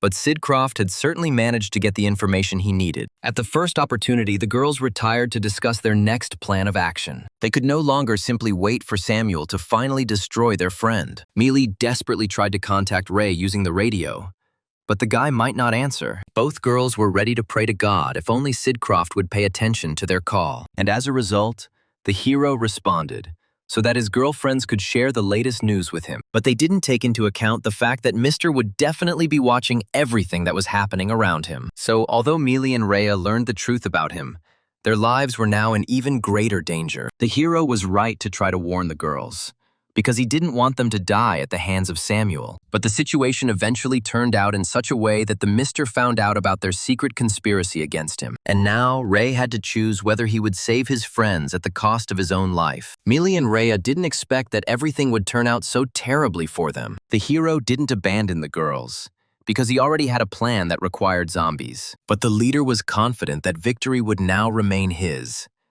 Because what could one schoolboy do? What angered Rose most was that the man was now pointing a gun at them, even though they were in cahoots. But Samuel initially did not consider anyone here as friends, since only his life was important to him. At this point, Rhea still began to doubt that Sidcroft would come to their aid. The girl did not want to die for such a stupid reason, but she was unable to find salvation for herself. Soon they stopped in front of the doors from which Ray would emerge. Mr. remained just as ruthless towards the girls that he took prisoner for the sake of victory. Mealy had no intention of betraying Sidcroft, as she hoped that he would really come for them. But Rhea couldn't resist, and decided that it would be better to appease the Mr. with some words. The girl was desperate to survive, and it was hard to blame her for such a strong desire. The leader recognized his qualities in Rhea, so he allowed her to stand by his side and survive. And now only Mealy remained in front of the door, behind which somewhere now Sidcroft was walking. The footsteps gradually approached the door, creating an increasingly oppressive atmosphere for the people. Samuel was ready to finish the battle with Ray with just one shot, so that the guy would no longer interfere. But everything didn't go according to his plan from the very beginning, as the hero released a horde of zombies. In this situation, Rhea found herself at a disadvantage because she sided with Mr. They both abandoned Mealy near the zombies, as they were now only worried about their own lives. Poor Rose had never been so close to death, and despair took over her whole consciousness. There was no way she could have dealt with the zombies on her own, of which there were a huge number. But the girl didn't have to fight, since Ray would not leave her after such loyalty. The boy appeared just in time to save Mealy, who waited for him despite her fear. Ray had to be especially careful after releasing so many zombies. Although this battle was something of a warm-up for him, Rose could have accidentally gotten hurt. So the young man hastened to give the girl a weapon so that she could defend herself at a critical moment. Sidcroft promised to kill all the zombies while Mealy would hide from them somewhere near the entrance. The girl would never have thought that she would be so grateful to the schoolboy she teased. Meanwhile, Rhea and Samuel, who had run far ahead, were in big trouble. The girl betrayed her friend and as a result was unable to gain anything from it. It was because her life didn't matter to the leader, so he sacrificed Rhea for himself. But even this only saved Samuel for a short time, since there were still too many zombies. The man ran to the last. But what could he do against such a huge crowd of dead people? In the end, they still caught up with the former leader, who was unable to save even himself in such a situation. And the last thing Samuel saw before he died was the face of his girlfriend, whom he killed. The hero did not even think about catching up with the man, because he still needed to find the treasure on his assignment. Ray was left to explore the top floor, which was now full of dead people. But the guy calmly dealt with each of them, since he had long ago learned all their weak points. Sidcroft waited impatiently for the rooms to be finished, and for him to complete his mission. Meanwhile, Mealy was waiting safely near the exit, but she was still shaking with fear. But soon, the lights turned on throughout the building, which calmed the girl down a little because it was more pleasant that way. But Ray was still unable to complete the task, even though he opened every room in the building. The guy sincerely didn't understand what exactly he had missed, because he had methodically examined each room. At that moment, Mealy contacted him because she noticed something strange in the hall. Some huge portal appeared in front of her, and she didn't understand what to do with it now. Sidcroft couldn't join Rose right now, but asked her to enter the shelter. Soon, the girl was supposed to be joined by 4 more guys who remained alive. But the hero had a more difficult task, because a huge number of zombies found him. As usual, the guy had little time to reach the rescue zone in time. But Ray didn't even think about despairing, because he had already encountered such problems at the very end more than once. He advanced rapidly as his skills allowed him to perform incredible stunts. The zombies couldn't keep up with the hero, who was moving several times faster than them. If anyone saw Ray now, they would think he was performing a beautiful, deadly dance. Not a single zombie was able to dodge the blows, resulting in all of them dying soon after. The young man was noticeably exhausted at the very end, but at least almost the entire building was now cleared of the dead. The only thing that bothered Sidcroft was that he had never been able to complete the task from the dimension. But suddenly he heard the movement of the elevator, which had not been working before due to a lack of electricity. Only now did the young man realize that his task was much larger in scale than he thought. Despite the limited time before rescue, the young man still headed towards the elevator, and in it he finally found the very treasure he had been looking for from the very beginning of the mission. The guy was incredibly happy that he managed to get some important information. The hero had not seen this map in his past life, so he still had to study it thoroughly. But problems were once again not long in coming, as the alarm sounded, and another crowd of zombies rushed towards Ray, attracted by this sound from all over the floor. It was not profitable for Sidcroft to fight the dead now, so he hurried away in the elevator. Its doors closed at the very last moment, saving the hero from a collision with the dead. For a moment, there was silence in the elevator cabin.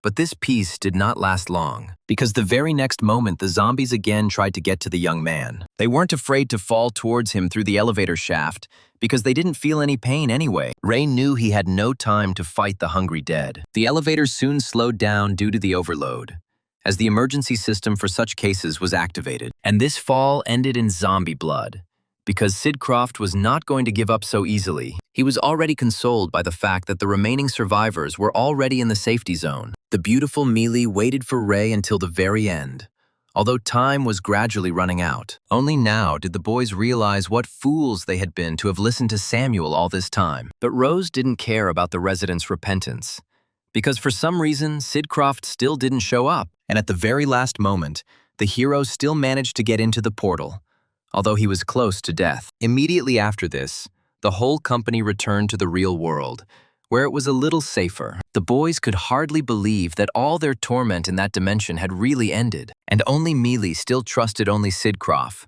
who had bravely saved her several times. But the hero didn't want to continue protecting Rose, who would be a burden to him everywhere. But Mealy had no idea what to do next, because even her close friend had betrayed her. She saw her life only next to the strong and reliable Ray, who could protect anyone. But initially the guy came only for the portal, so he didn't want to linger around. However, Mealy's sincere tears still convinced the guy, whose heart had not completely hardened. So he suggested to the girl that she could go to a shelter, where she would be even safer. This place quickly opened after the start of the apocalypse for all surviving people. Although Ray had his own things to do, he still agreed to take Mealy to the shelter. The girl was so happy that she immediately agreed to obey the strong guy in everything. They had to walk several kilometers in the dark, since they tried not to turn on the lights. This is because zombies reacted strongly to any lighting and gathered in large crowds. Many people have died recently, and most of them have joined the dead. So Ray and Mealy had to move through the streets as quietly as possible to avoid being noticed. The guy confidently led the girl behind him,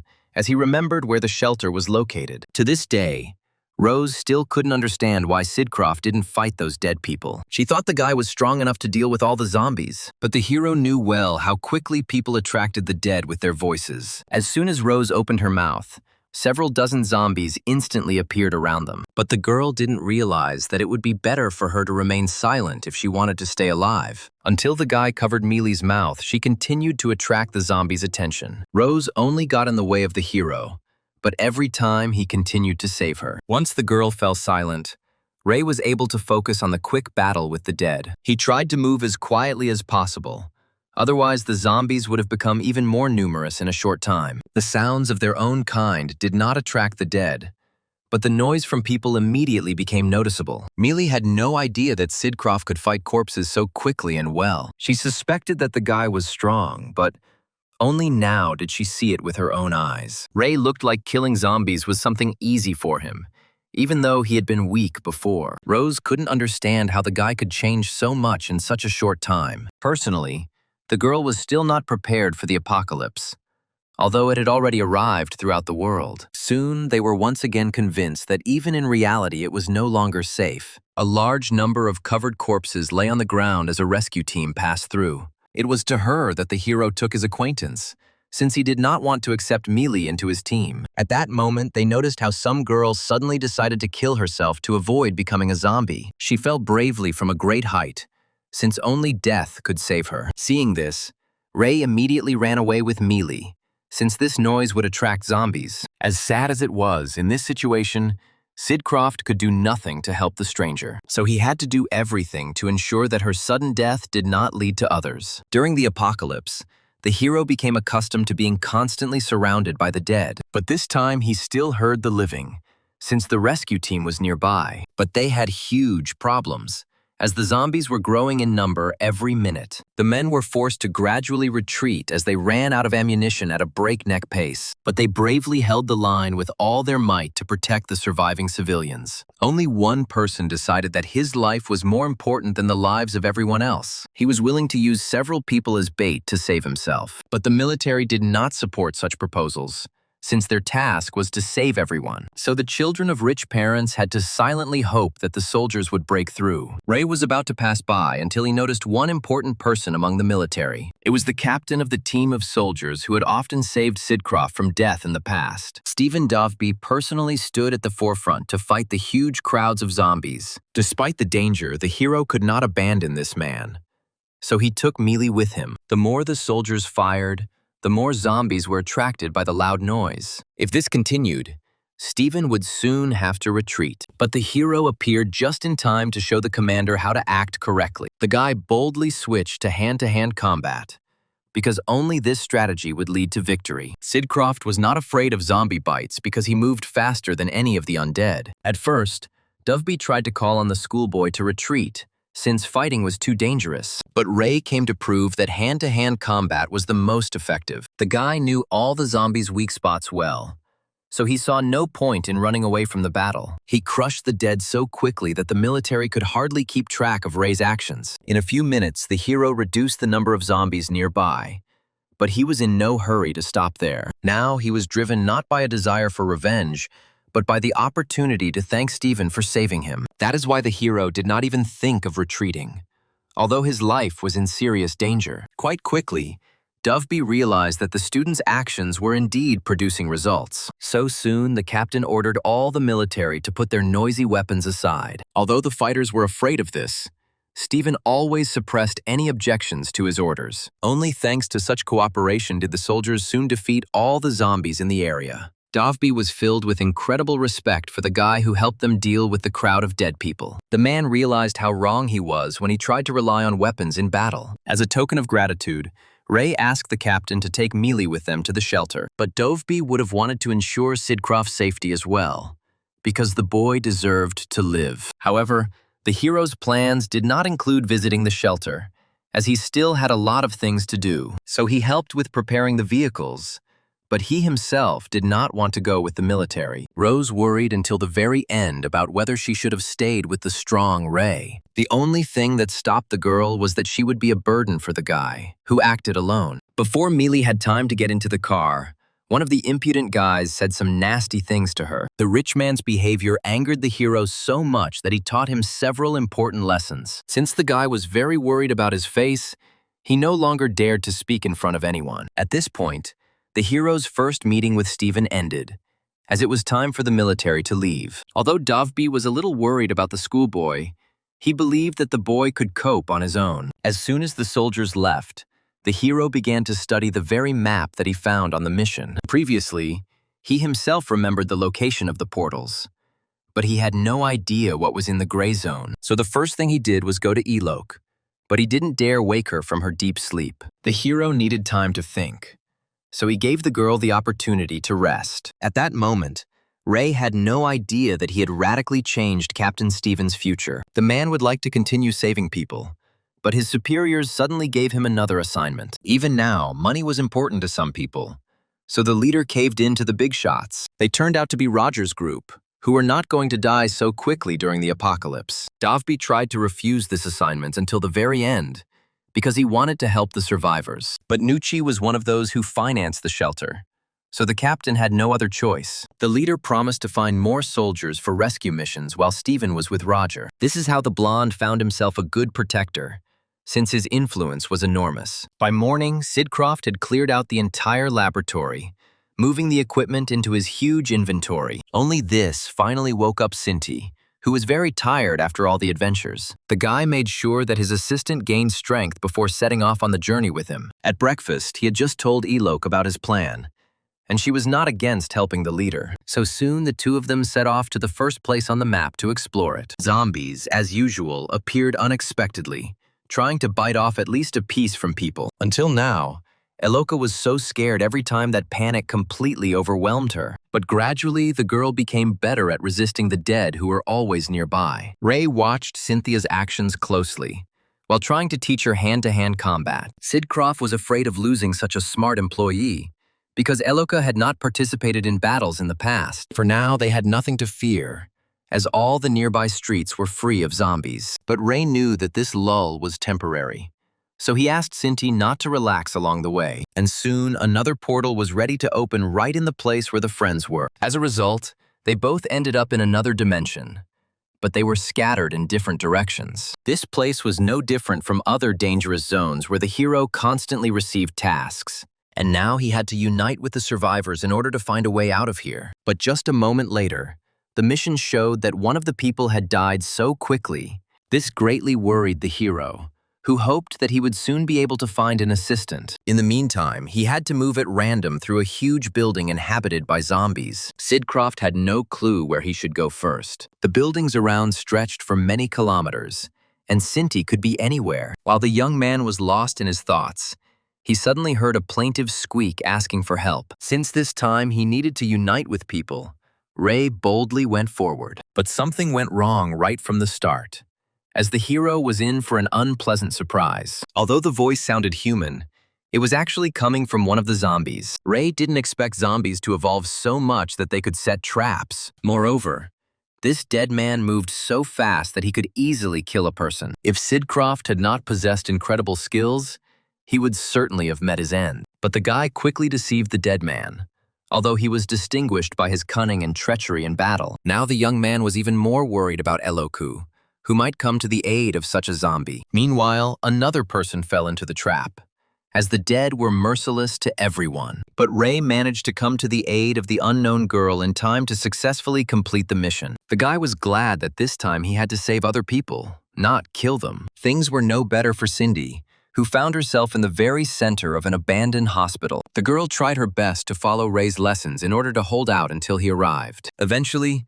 she soon managed to kill one zombie on her way, as she approached from behind. But even these simple actions took a lot of effort from Sinti and made a lot of noise, so it was no surprise that she heard other zombies approaching the area. The dead quickly found people by the noise, and now they were carefully searching around.